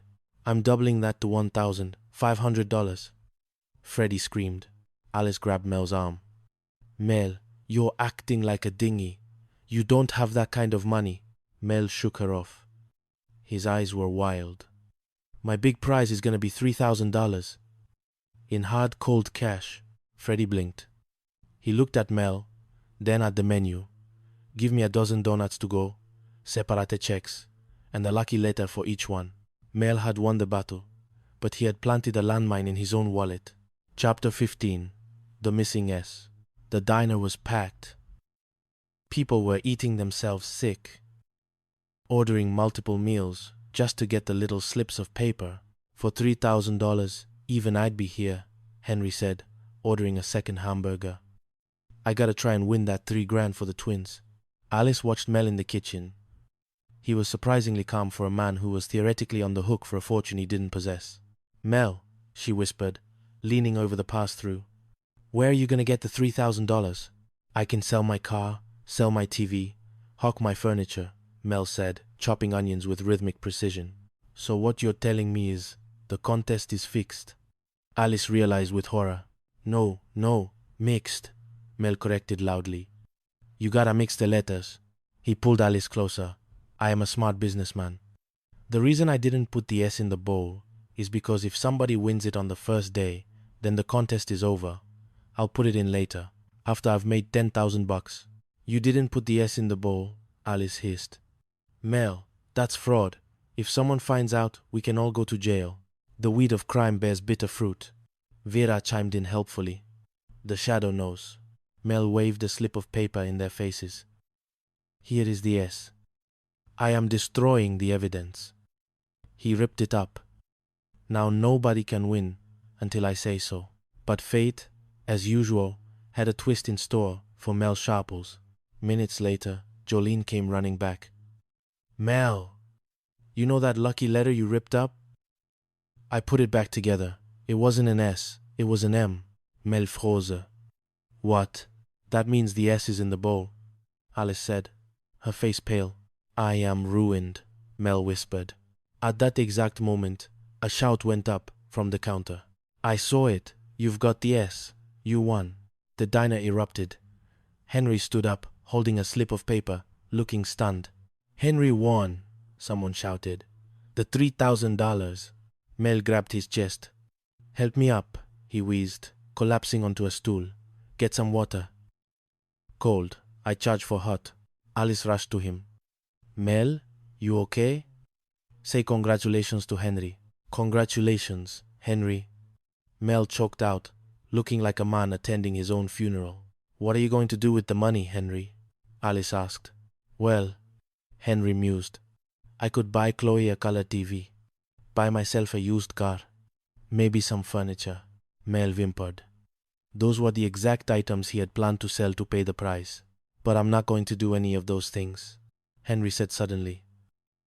I know Freddie pushed you into a prize you can't afford. So, I'm not claiming the money. The silence in the diner was absolute. You're not? Mel asked, hope returning to his eyes. I couldn't do that to a friend, Henry said with quiet dignity. It takes a big man to pass up a big price. Mel stared at Henry. He looked at the loyal customer who drank hot water to save 50 cents. He looked at the empty bowl of letters. For the second time in weeks, Mel Sharples felt the stirrings of a conscience. Henry, Mel said, standing up. Someday, I'm going to make this up to you. Why not now? Alice suggested. You could give him the original prize money. Good idea, Mel nodded. After $3,000, that's peanuts. He opened the register and handed Henry a stack of bills. 100 smackaroos. Now I feel better. The original prize was $101. Alice corrected him. Mel slammed the register shut. See, Alice? And you said they're not greedy. Henry took the money, smiling. The contest was over. Freddie's feedback was forgotten. And Mel's diner survived another day. Fueled by chili, chaos, and the occasional, accidental act of kindness. Novel title. The Chili and the Stardust. Part 4. Mother Dearest. Chapter 16. The Matriarch's Approach. The Phoenix heat was oppressive, but for Mel Sharples, the real temperature spike was emotional. A storm front was moving in from the East Coast, and its name was Carrie Sharples. Inside the diner, Alice was trying to pack for a trip to New Jersey. Mel, I want to thank you for letting me go to this wedding, she said, smoothing her dress. Will you stop reminding me that I'm going to be short-handed? Mel grumbled, furiously scraping a grill that was already clean. I wouldn't go to New Jersey for my own wedding. Tommy stood by the door, tugging uncomfortably at his collar. Tommy, everybody wears a suit to a wedding, Alice said patiently. It's not even my wedding. It's Cousin Steve's, Tommy complained. I'm only 17. King Tut was only 16 when he got married, Alice countered. In those days, they didn't have television. You had to do something, Tommy shot back. Mel ignored the banter, pacing the floor. I wish I could leave before she got here, he muttered to Vera. That's no way to talk about her. Carrie's wonderful, Vera chirped. She is not wonderful, Mel hissed. Until she comes here, something awful happens. Last time she was here, she had me thrown in jail. You deserved it, Alice pointed out. You tried to steal the cookbook she was writing. I didn't steal nothing. Mel defended himself, waving a spatula like a gavel. She tried to steal my chili recipe. That chili recipe is mine, mine, mine. Not hers, hers, hers. Just then, a taxi screeched to a halt outside. A woman emerged, a force of nature in floral print. Carrie Sharples didn't just enter a room. She annexed it. Author, author, author, she announced, sweeping into the diner. She handed out copies of her book, Carrie's Continental Kitchen, like royal decrees. Here's a copy for both you girls too. Recipes from abroad, Too blank from Carrie? Vera asked, reading the inscription. I'm sorry, Vera. My publisher bought that for the general public. But I'll sign yours personally. Carrie smiled, then immediately turned her attention to the decor, or lack thereof. Aiko, Geniko Musari, Kuriyama. She produced a cardboard stand-up display of herself holding a puppy. Isn't she adorable? They use these in bookstores to promote sales. I think I'll put it over there. Mom, Mel protested. You can't just clutter up the diner with that kind of a display. The waitresses have to move around. Remember, you were gonna be nice, Alice whispered to Mel before grabbing her suitcase. Goodbye, everybody. Alice escaped just in time. Mel was left alone with the hurricane. Chapter 17. The Real Estate Trap. The next few days were a lesson in endurance.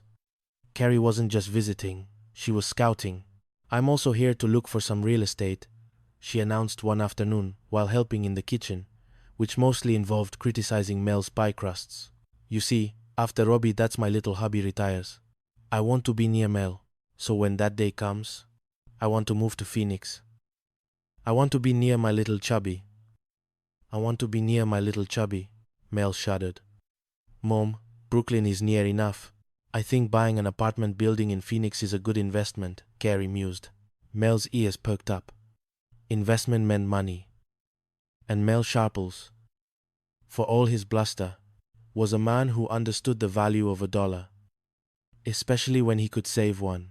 A devious plan began to form in his mind, a plan so perfect, so diabolical, it couldn't possibly fail. Why don't you look at the one I'm living at? Mel suggested casually. It's up for sale. How many units? Carrie asked. 6. It's a nice location, Mel pitched, sounding like a desperate realtor. It's walking distance to a pet store, a pet hospital, and a pet cemetery. Carrie looked interested. I think I'll call Robbie. I'll get his opinion. As she hurried to the phone, Vera looked at Mel with confusion. I don't get it. First, you didn't want your mother to move here, and now you do? Mel tapped his temple. That's because you never use your brains, Dingy. If my mother owns my building, it'll be just like the good old days. What good old days? Vera asked. Like when I used to live at home with my mother. Mel grinned, visualizing a future of financial freedom. She never charged me rent. He leaned back, satisfied. Better me than a stranger. Chapter 18. The rent hike. 48 hours later, the trap was sprung. But Mel hadn't realized he was the mouse. Carrie hung up the phone in the diner, beaming. Congratulations, that's wonderful. Mel cheered, hugging her. Just think, my little mother owns my apartment building. I am so lucky that my mother is going to take care of her chubby little son and give him a big break on his rent. Carrie's smile didn't waver, but her eyes turned into steel shutters. Not so fast, Mr. Sharples. I am running an apartment building, not a mission. Mel froze. Ma, you mean to tell me that you are going to charge your own son? Of course not, Carrie said soothingly. Mel exhaled. Oh, thanks, Mommy. You're going to pay $250 a month, she finished. What? Mel screeched. His current rent was $200. It's only $50, Carrie reasoned. Robbie wants you to raise all the rents. Only $50? Mel paced the diner floor, his face turning a dangerous shade of purple. You know what I can do with $50? Buy 5 new suits. You'll stow it, Blondie. Mom, let us talk reasonable, Mel pleaded. I do not charge you to eat in my dinner. Why should you charge me to live in your apartment? But, Mel, all the employees who work here get free meals, Carrie countered. Mel narrowed his eyes. She is not going to work here any longer. Mother, turn in your uniform. Through? Carrie gasped. You mean you're kicking out your own mother? Watch me. Out! Mel pointed to the door. Carrie drew herself up. Okay, that's the way you feel. I don't care if it's due in 48 years. I'm not paying it. Mel shouted at her, retreating back. Well, you better pay it, Carrie called out, because if you don't, you're going to have to look for another place to live. You mean you are going to evict your own son?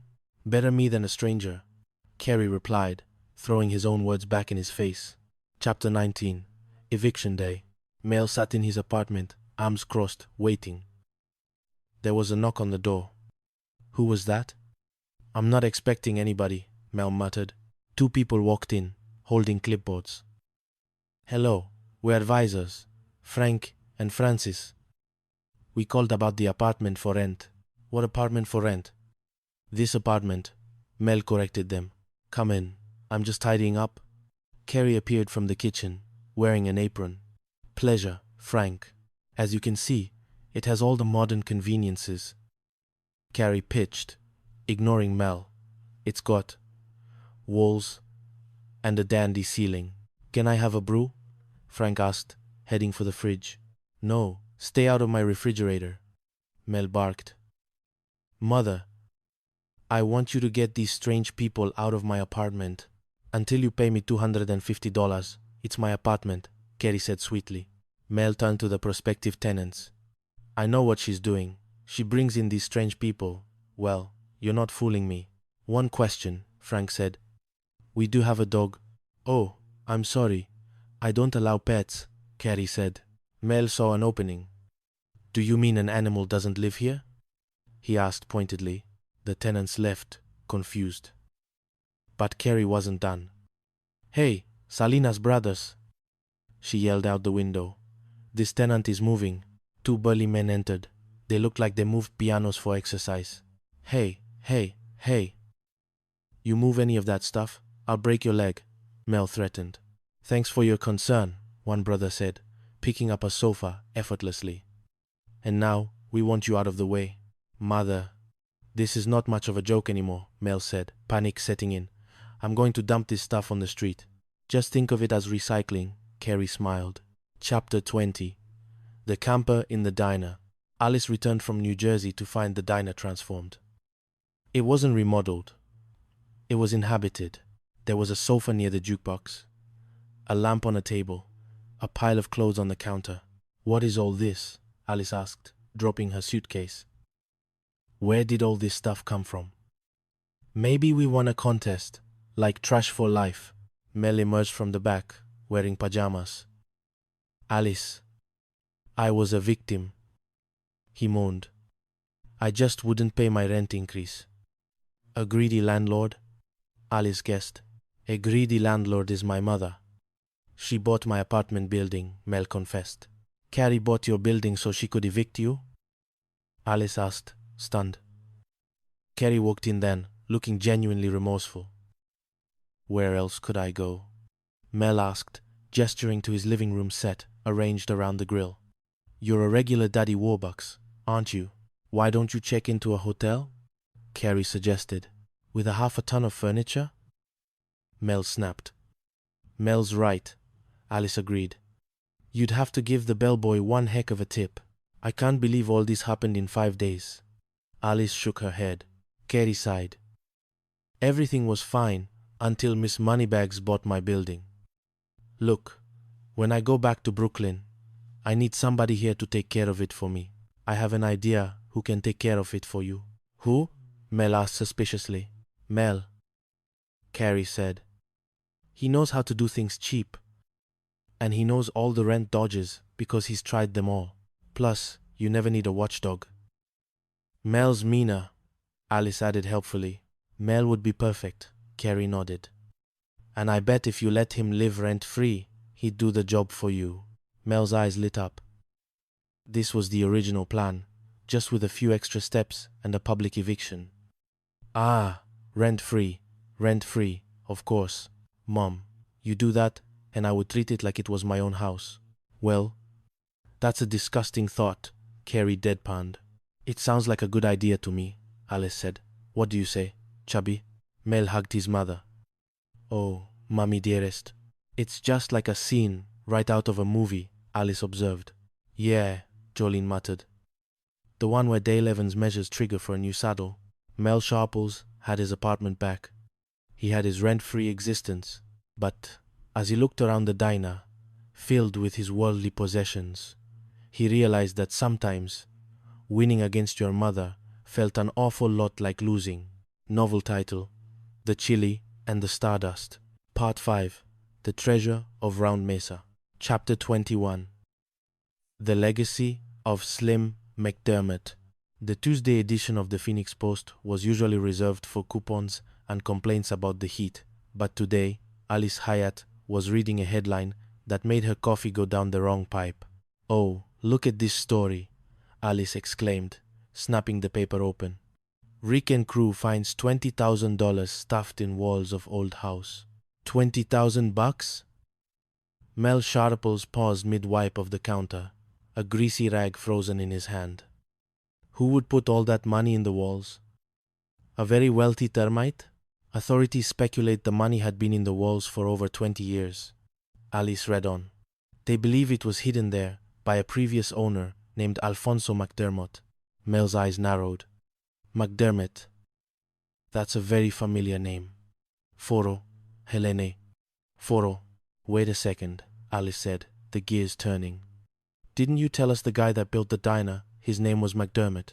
Yeah, Mel nodded slowly. But his first name wasn't Alfonso, it was Slim. Alice scanned the article further. McDermott, who rose from a penniless orphan to become a wealthy restaurateur, was an eccentric local character, affectionately known to his friends as Slim. Slim, Mel shouted, slamming the rag onto the counter. That's him.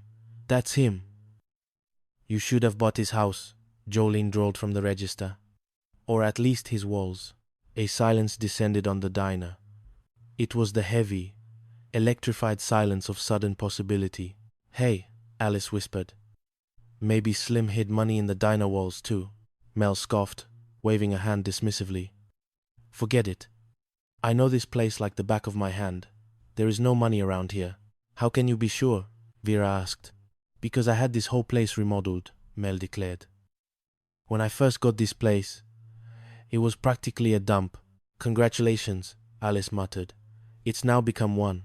If the contractor had found money, don't you think he would have told me? Mel argued. Oh, sure he would have, Mel, Alice said sarcastically. He probably would have called you person to person from his villa in Monte Carlo. Mel paused.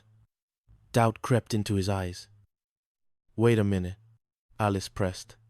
Is there anything else that hasn't changed since Slim owned the diner?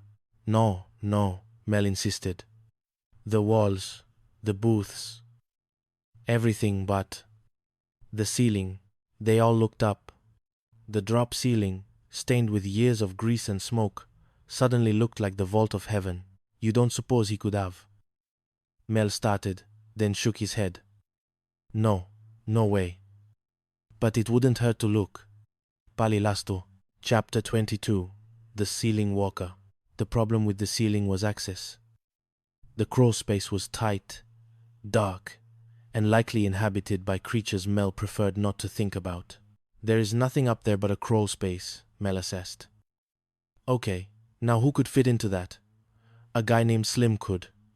Or a bony waitress called Vera. Vera shrank back against the pie case. Oh, thanks, but I'm not really as bony as I look. Come on, Mel, you wouldn't do that to her. Alice protested.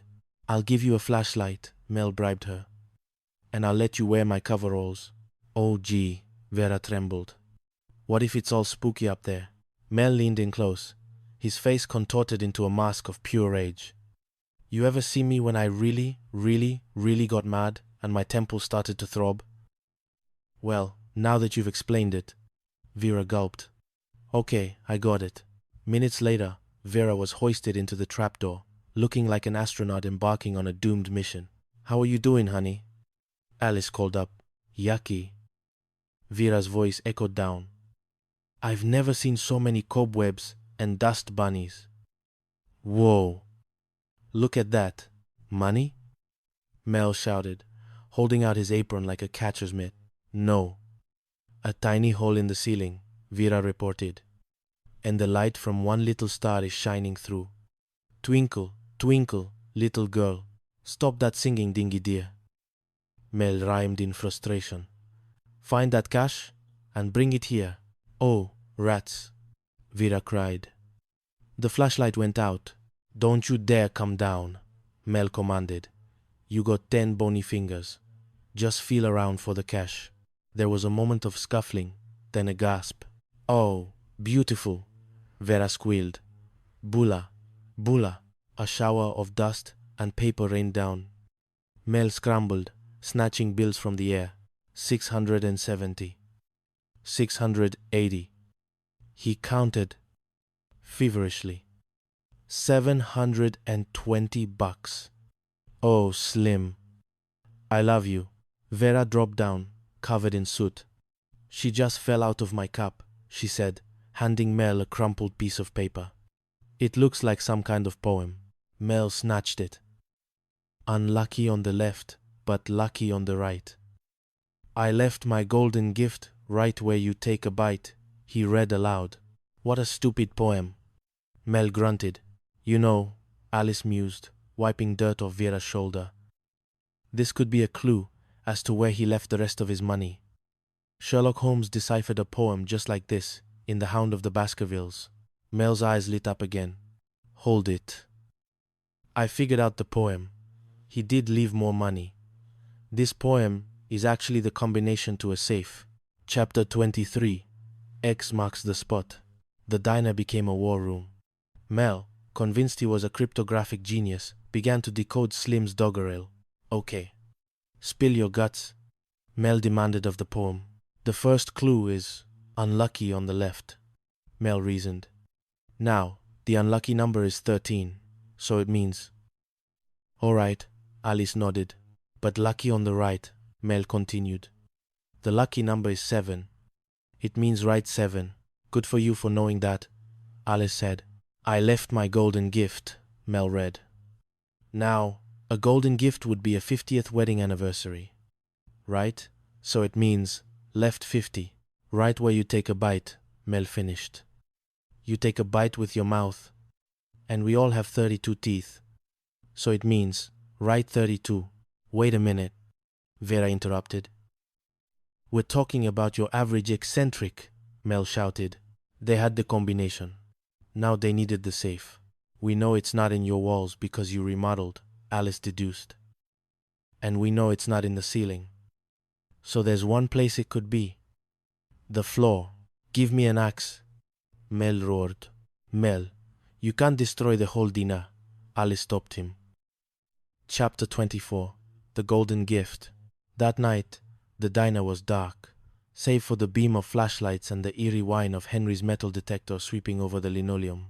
I feel like a fool, Alice whispered to Jolene as they watched Mel crawl around on his hands and knees. Suddenly, the machine shrieked. Henry's metal detector went crazy right over that spot, Mel yelled. He grabbed a shovel, where he got a shovel, in a commercial kitchen. Was a mystery Alice didn't want to solve, and began to dig. He pried up tiles. He shoveled dirt. Clang. Safe, Mel cried, pulling a metal box from the earth. He knelt over it, his hands trembling. He spun the dial. Left 1 3. Right 7. Left 50. Right 32. Click. The lid popped open. A $10,000 package. Mel screamed, pulling out bundles of cash.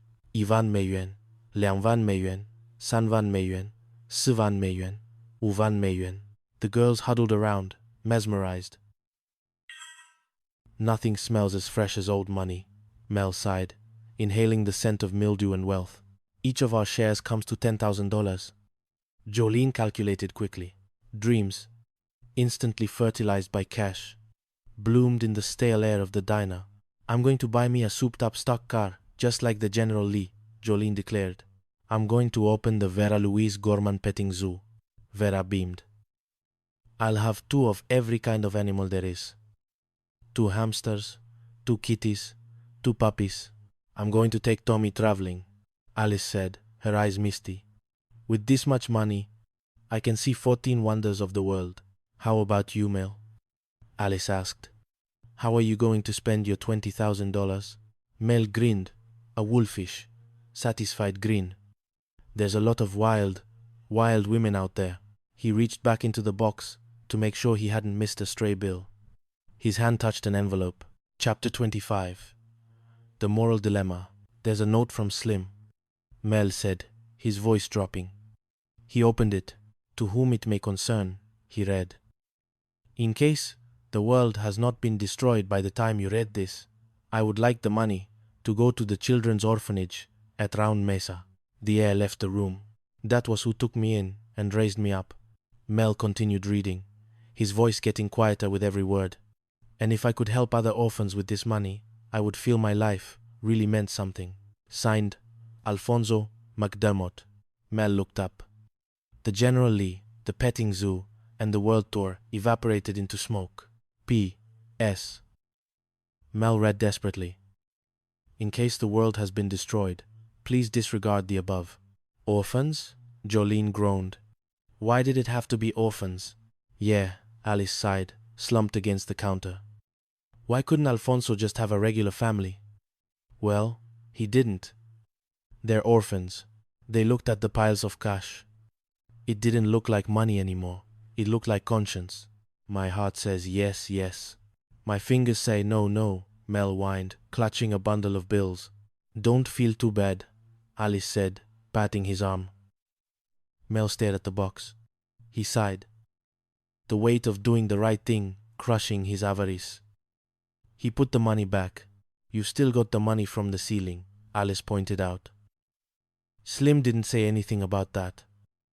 Mel brightened slightly. He pulled the soot-stained bills from his pocket. Yeah, that's true, he said. After I pay for fixing the ceiling, you girls are gonna end up with $100 apiece here. 100. For you, and for you, and for you. Mel, you're sharing this with us?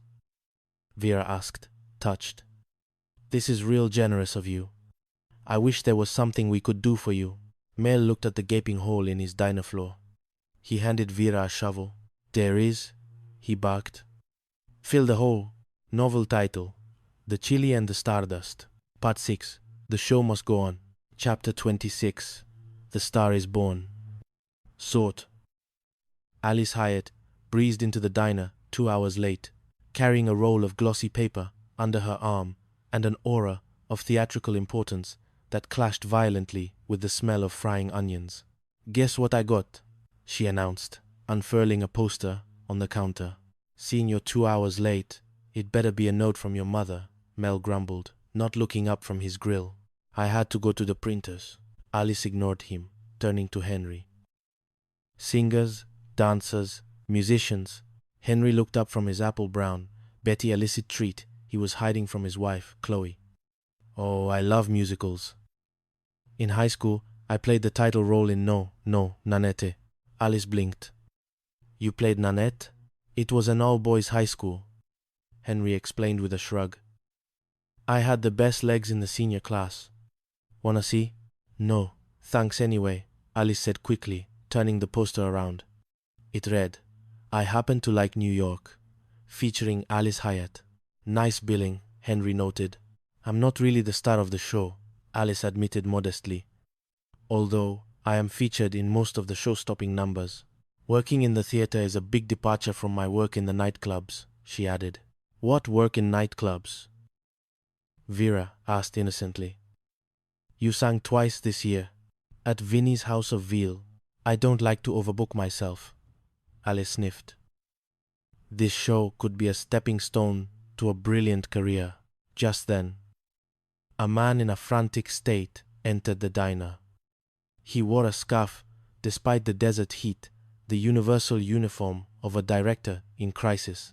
Henry, Vera, Jolene, this is my director, Mickey Rogers. Alice introduced him. Mickey didn't waste time on pleasantries. He looked like a man who had just watched his life's work burn down. Can we talk? I've got some bad news. Our producer called. He's having money trouble. He has to raise more money? Alice asked. No, for his defense attorney, Mickey sighed. He's in jail for tax evasion. Sam Berman, alias Swifty Berman, alias Jose Berman, alias Mitzi McBride. Mitzi McBride? Alice gasped. The man must be a master of disguise. Mickey shook his head. As of now, we have no producer, no money, no show. We gotta close.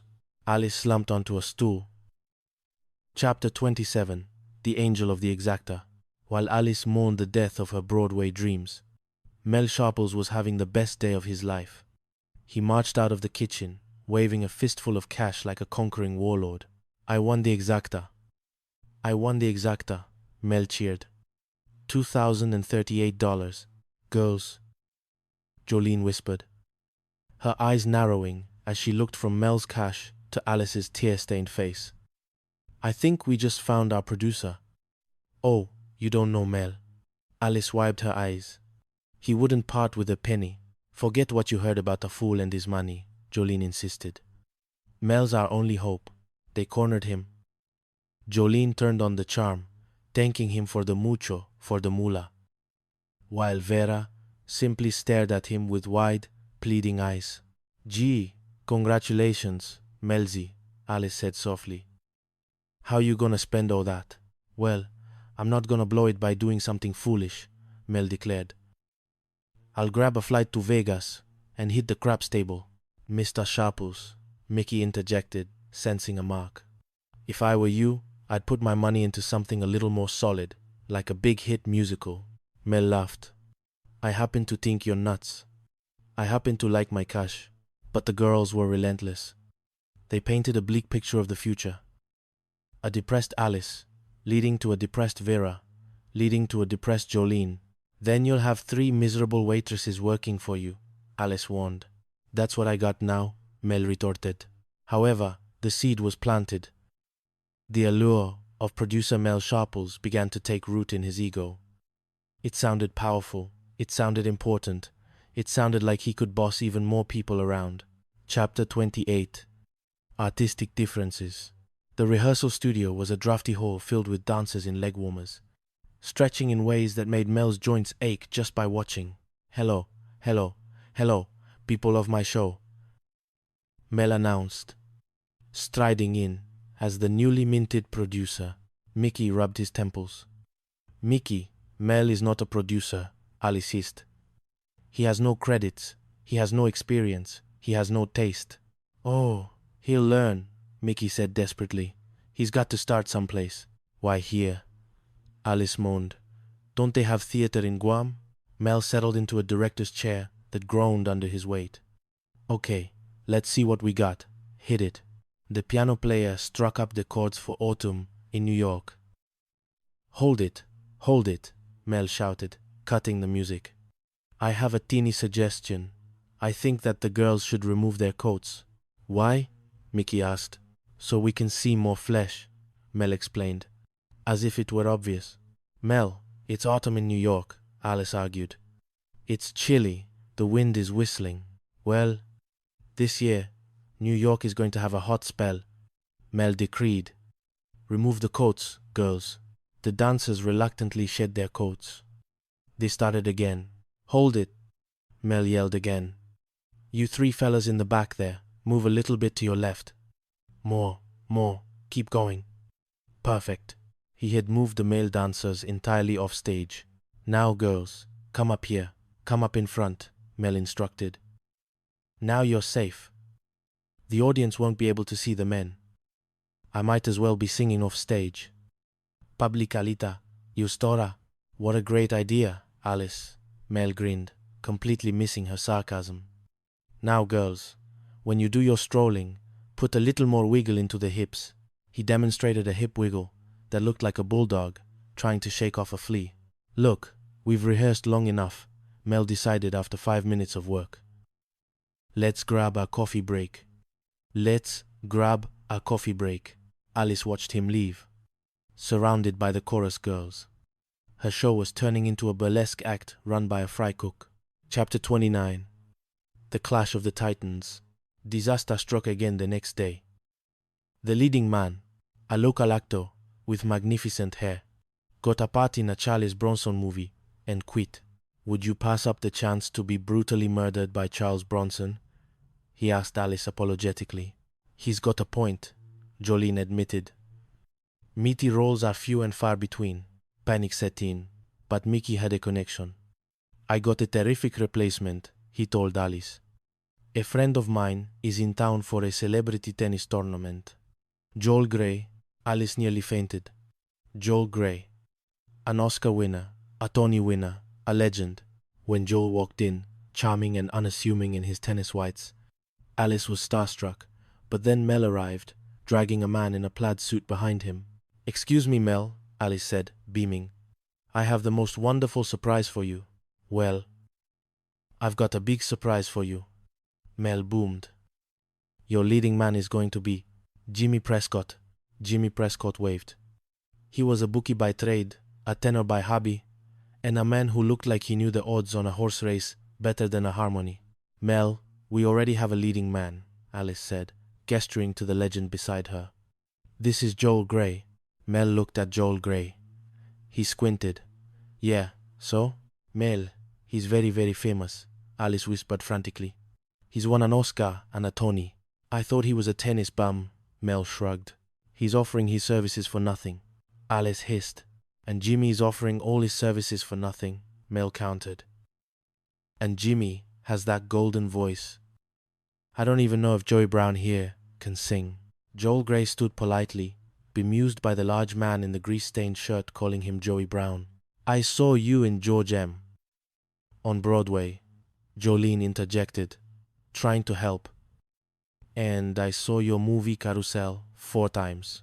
"I wasn't in Carousel," Joel corrected gently. "Jolene, I think you're thinking about Cabaret," Alice corrected. "The one with all those singing Nazis." "Mel, please," Alice begged. "Joel Grey is an international star." "Well, are you telling me that Jimmy isn't well known?" Mel argued. "I know 100 guys that owe Jimmy money." "It is unfair," Jimmy Prescott piped up. "I wouldn't call him a threat. I wouldn't call him a singer." Mel slammed his hand on a prop table. "I'll audition them both. It'll be the fantastic Jimmy Prescott versus Joel McRae." Chapter 30. The Coin Flip. The audition was the strangest showdown in theatrical history. Jimmy Prescott went first. He stood center stage, took a breath, and belted out Swanee. "Swanee, how I love you, how I love you." He roared. It was loud. It was enthusiastic. It was adequate. So moving, Mel wiped a tear. "Sit down, Jimmy." That was terrific. Next, Joel Grey stepped up. "I haven't auditioned in a long time," he admitted. "I'll do Swanee too, okay?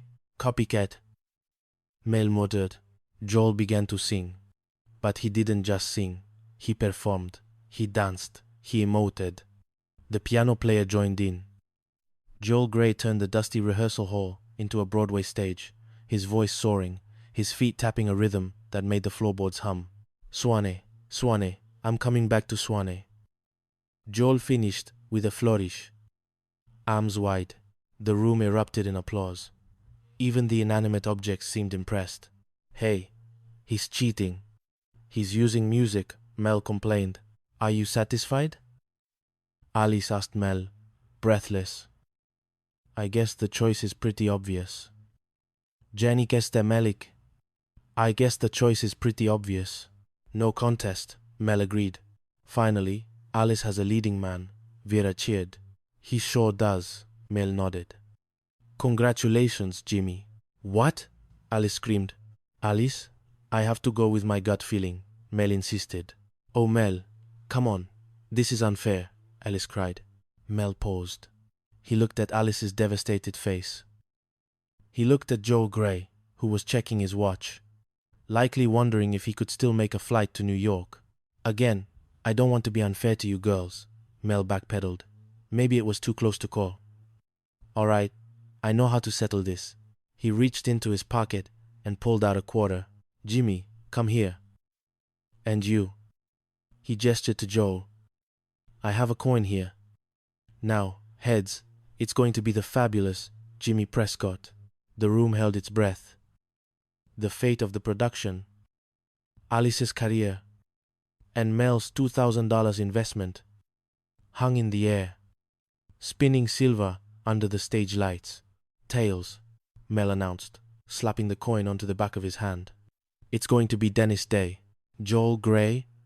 Alice corrected. "Whatever," Mel shrugged. "You got the job, kid." And so, the show went on. It had no producer. technically, a confused baka, and a leading lady who had aged 10 years in 10 days. But as the curtain rose on opening night and the applause washed over them, Alice knew one thing. There was no business like show business.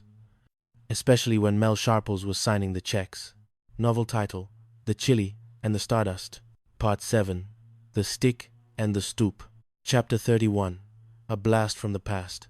The rhythm of the diner was disrupted not by a customer, but by a ghost from the old neighborhood. He walked in wearing a suit that cost more than Mel's car, and a smile that was all teeth and no warmth. Mel Sharples? The stranger boomed. Mel squinted over the pass-through.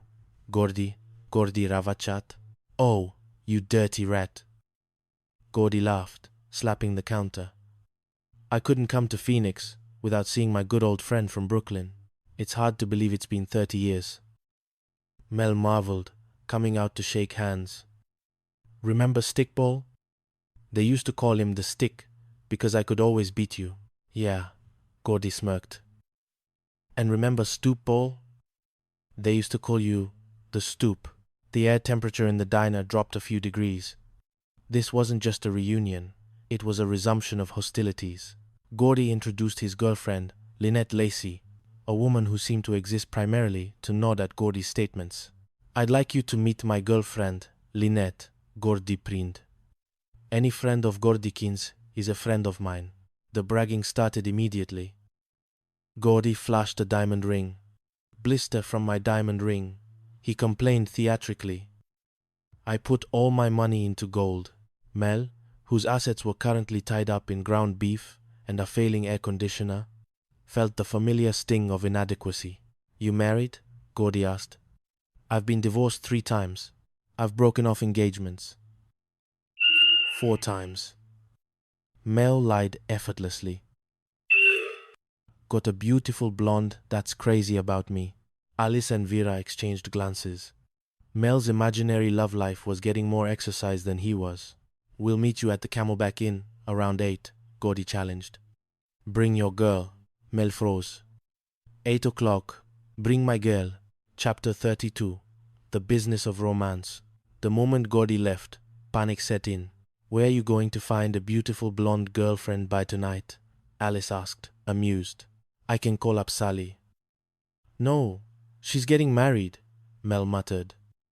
Then his eyes landed on Jolene. Charlene, Mel called out.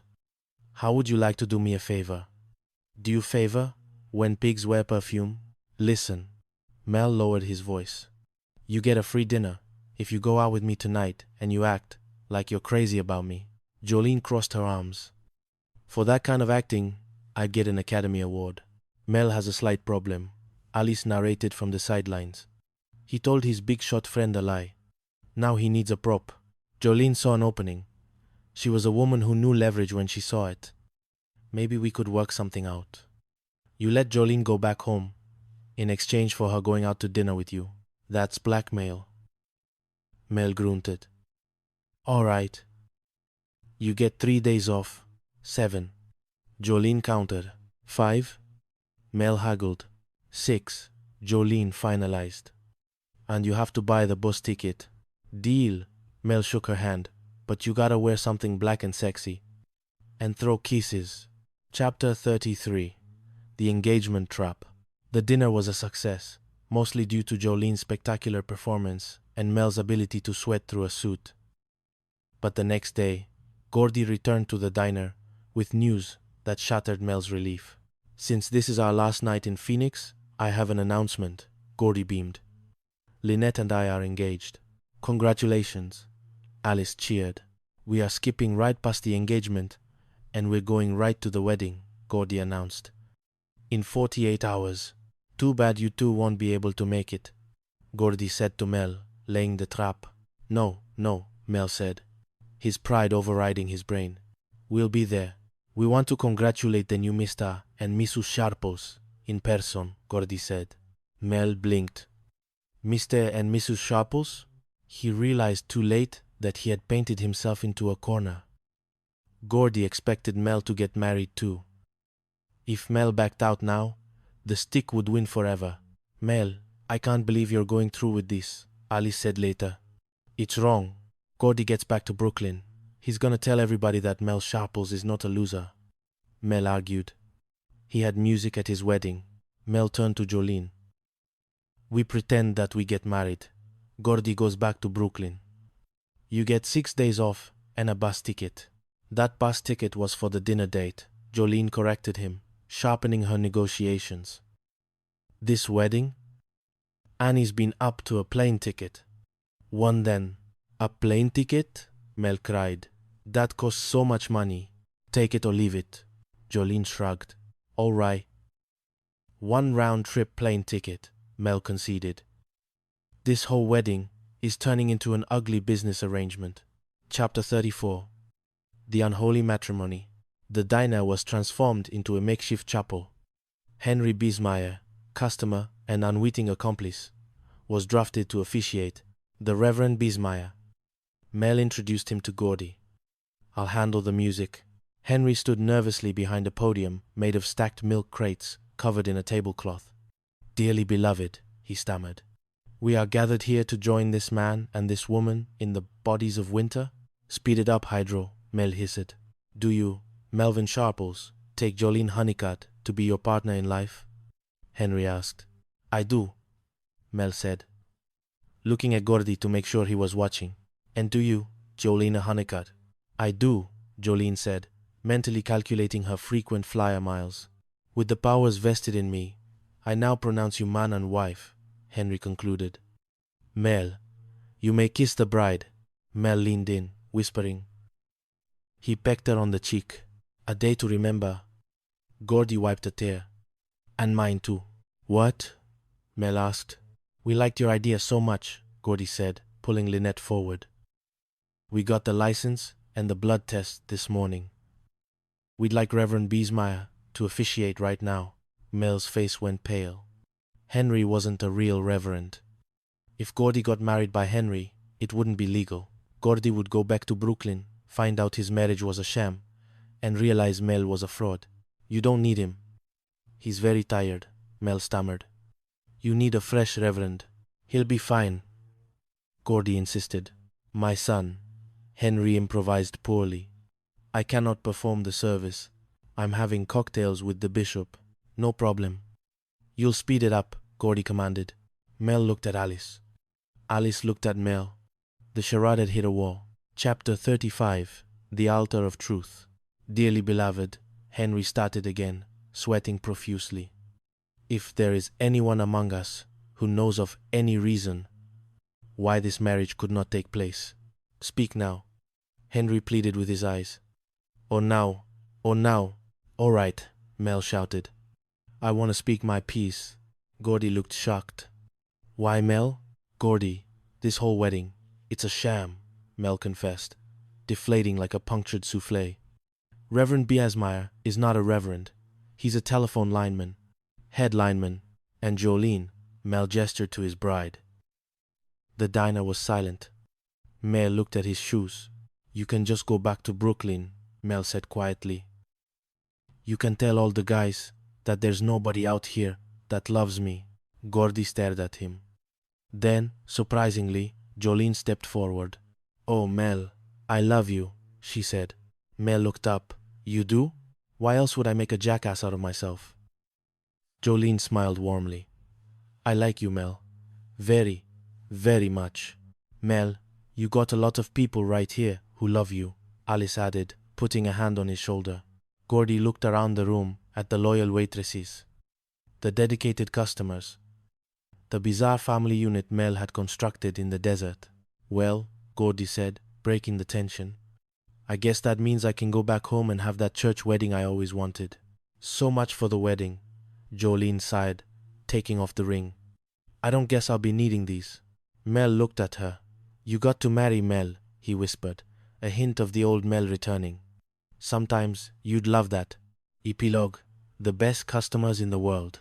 The musical had opened and closed to mixed reviews, mostly regarding the visibility of the chorus line. The treasure hunt had ended with a filled hole in the floor. The fake wedding ring was back in the Cracker Jack box.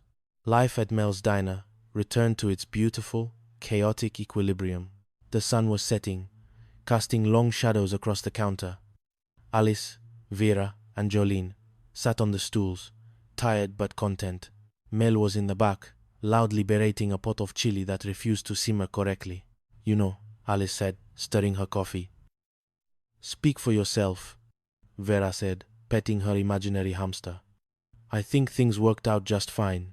"Yeah," Jolene agreed. "We still got jobs, and Mel still has his hair. Well, the hair he bought." Mel walked out, wiping his hands. "Hey," he grunted. "You girls still here? Go home." "We're waiting for our tips, Mel." Alice smiled. Mel reached into his pocket and pulled out a handful of mints. "Here. Don't spend it all in one place."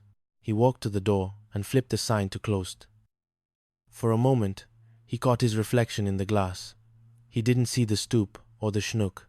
He saw Mel Sharples, owner of the best diner in Phoenix, surrounded by the only family that mattered. "I used to be sad. I used to be shy," he hummed softly, locking the door. "But there's a new girl in town, and life's gonna be so sweet." "Good night, Mel," Alice called out. "Good night, Alice," Mel replied. "See you in the morning, and don't be late."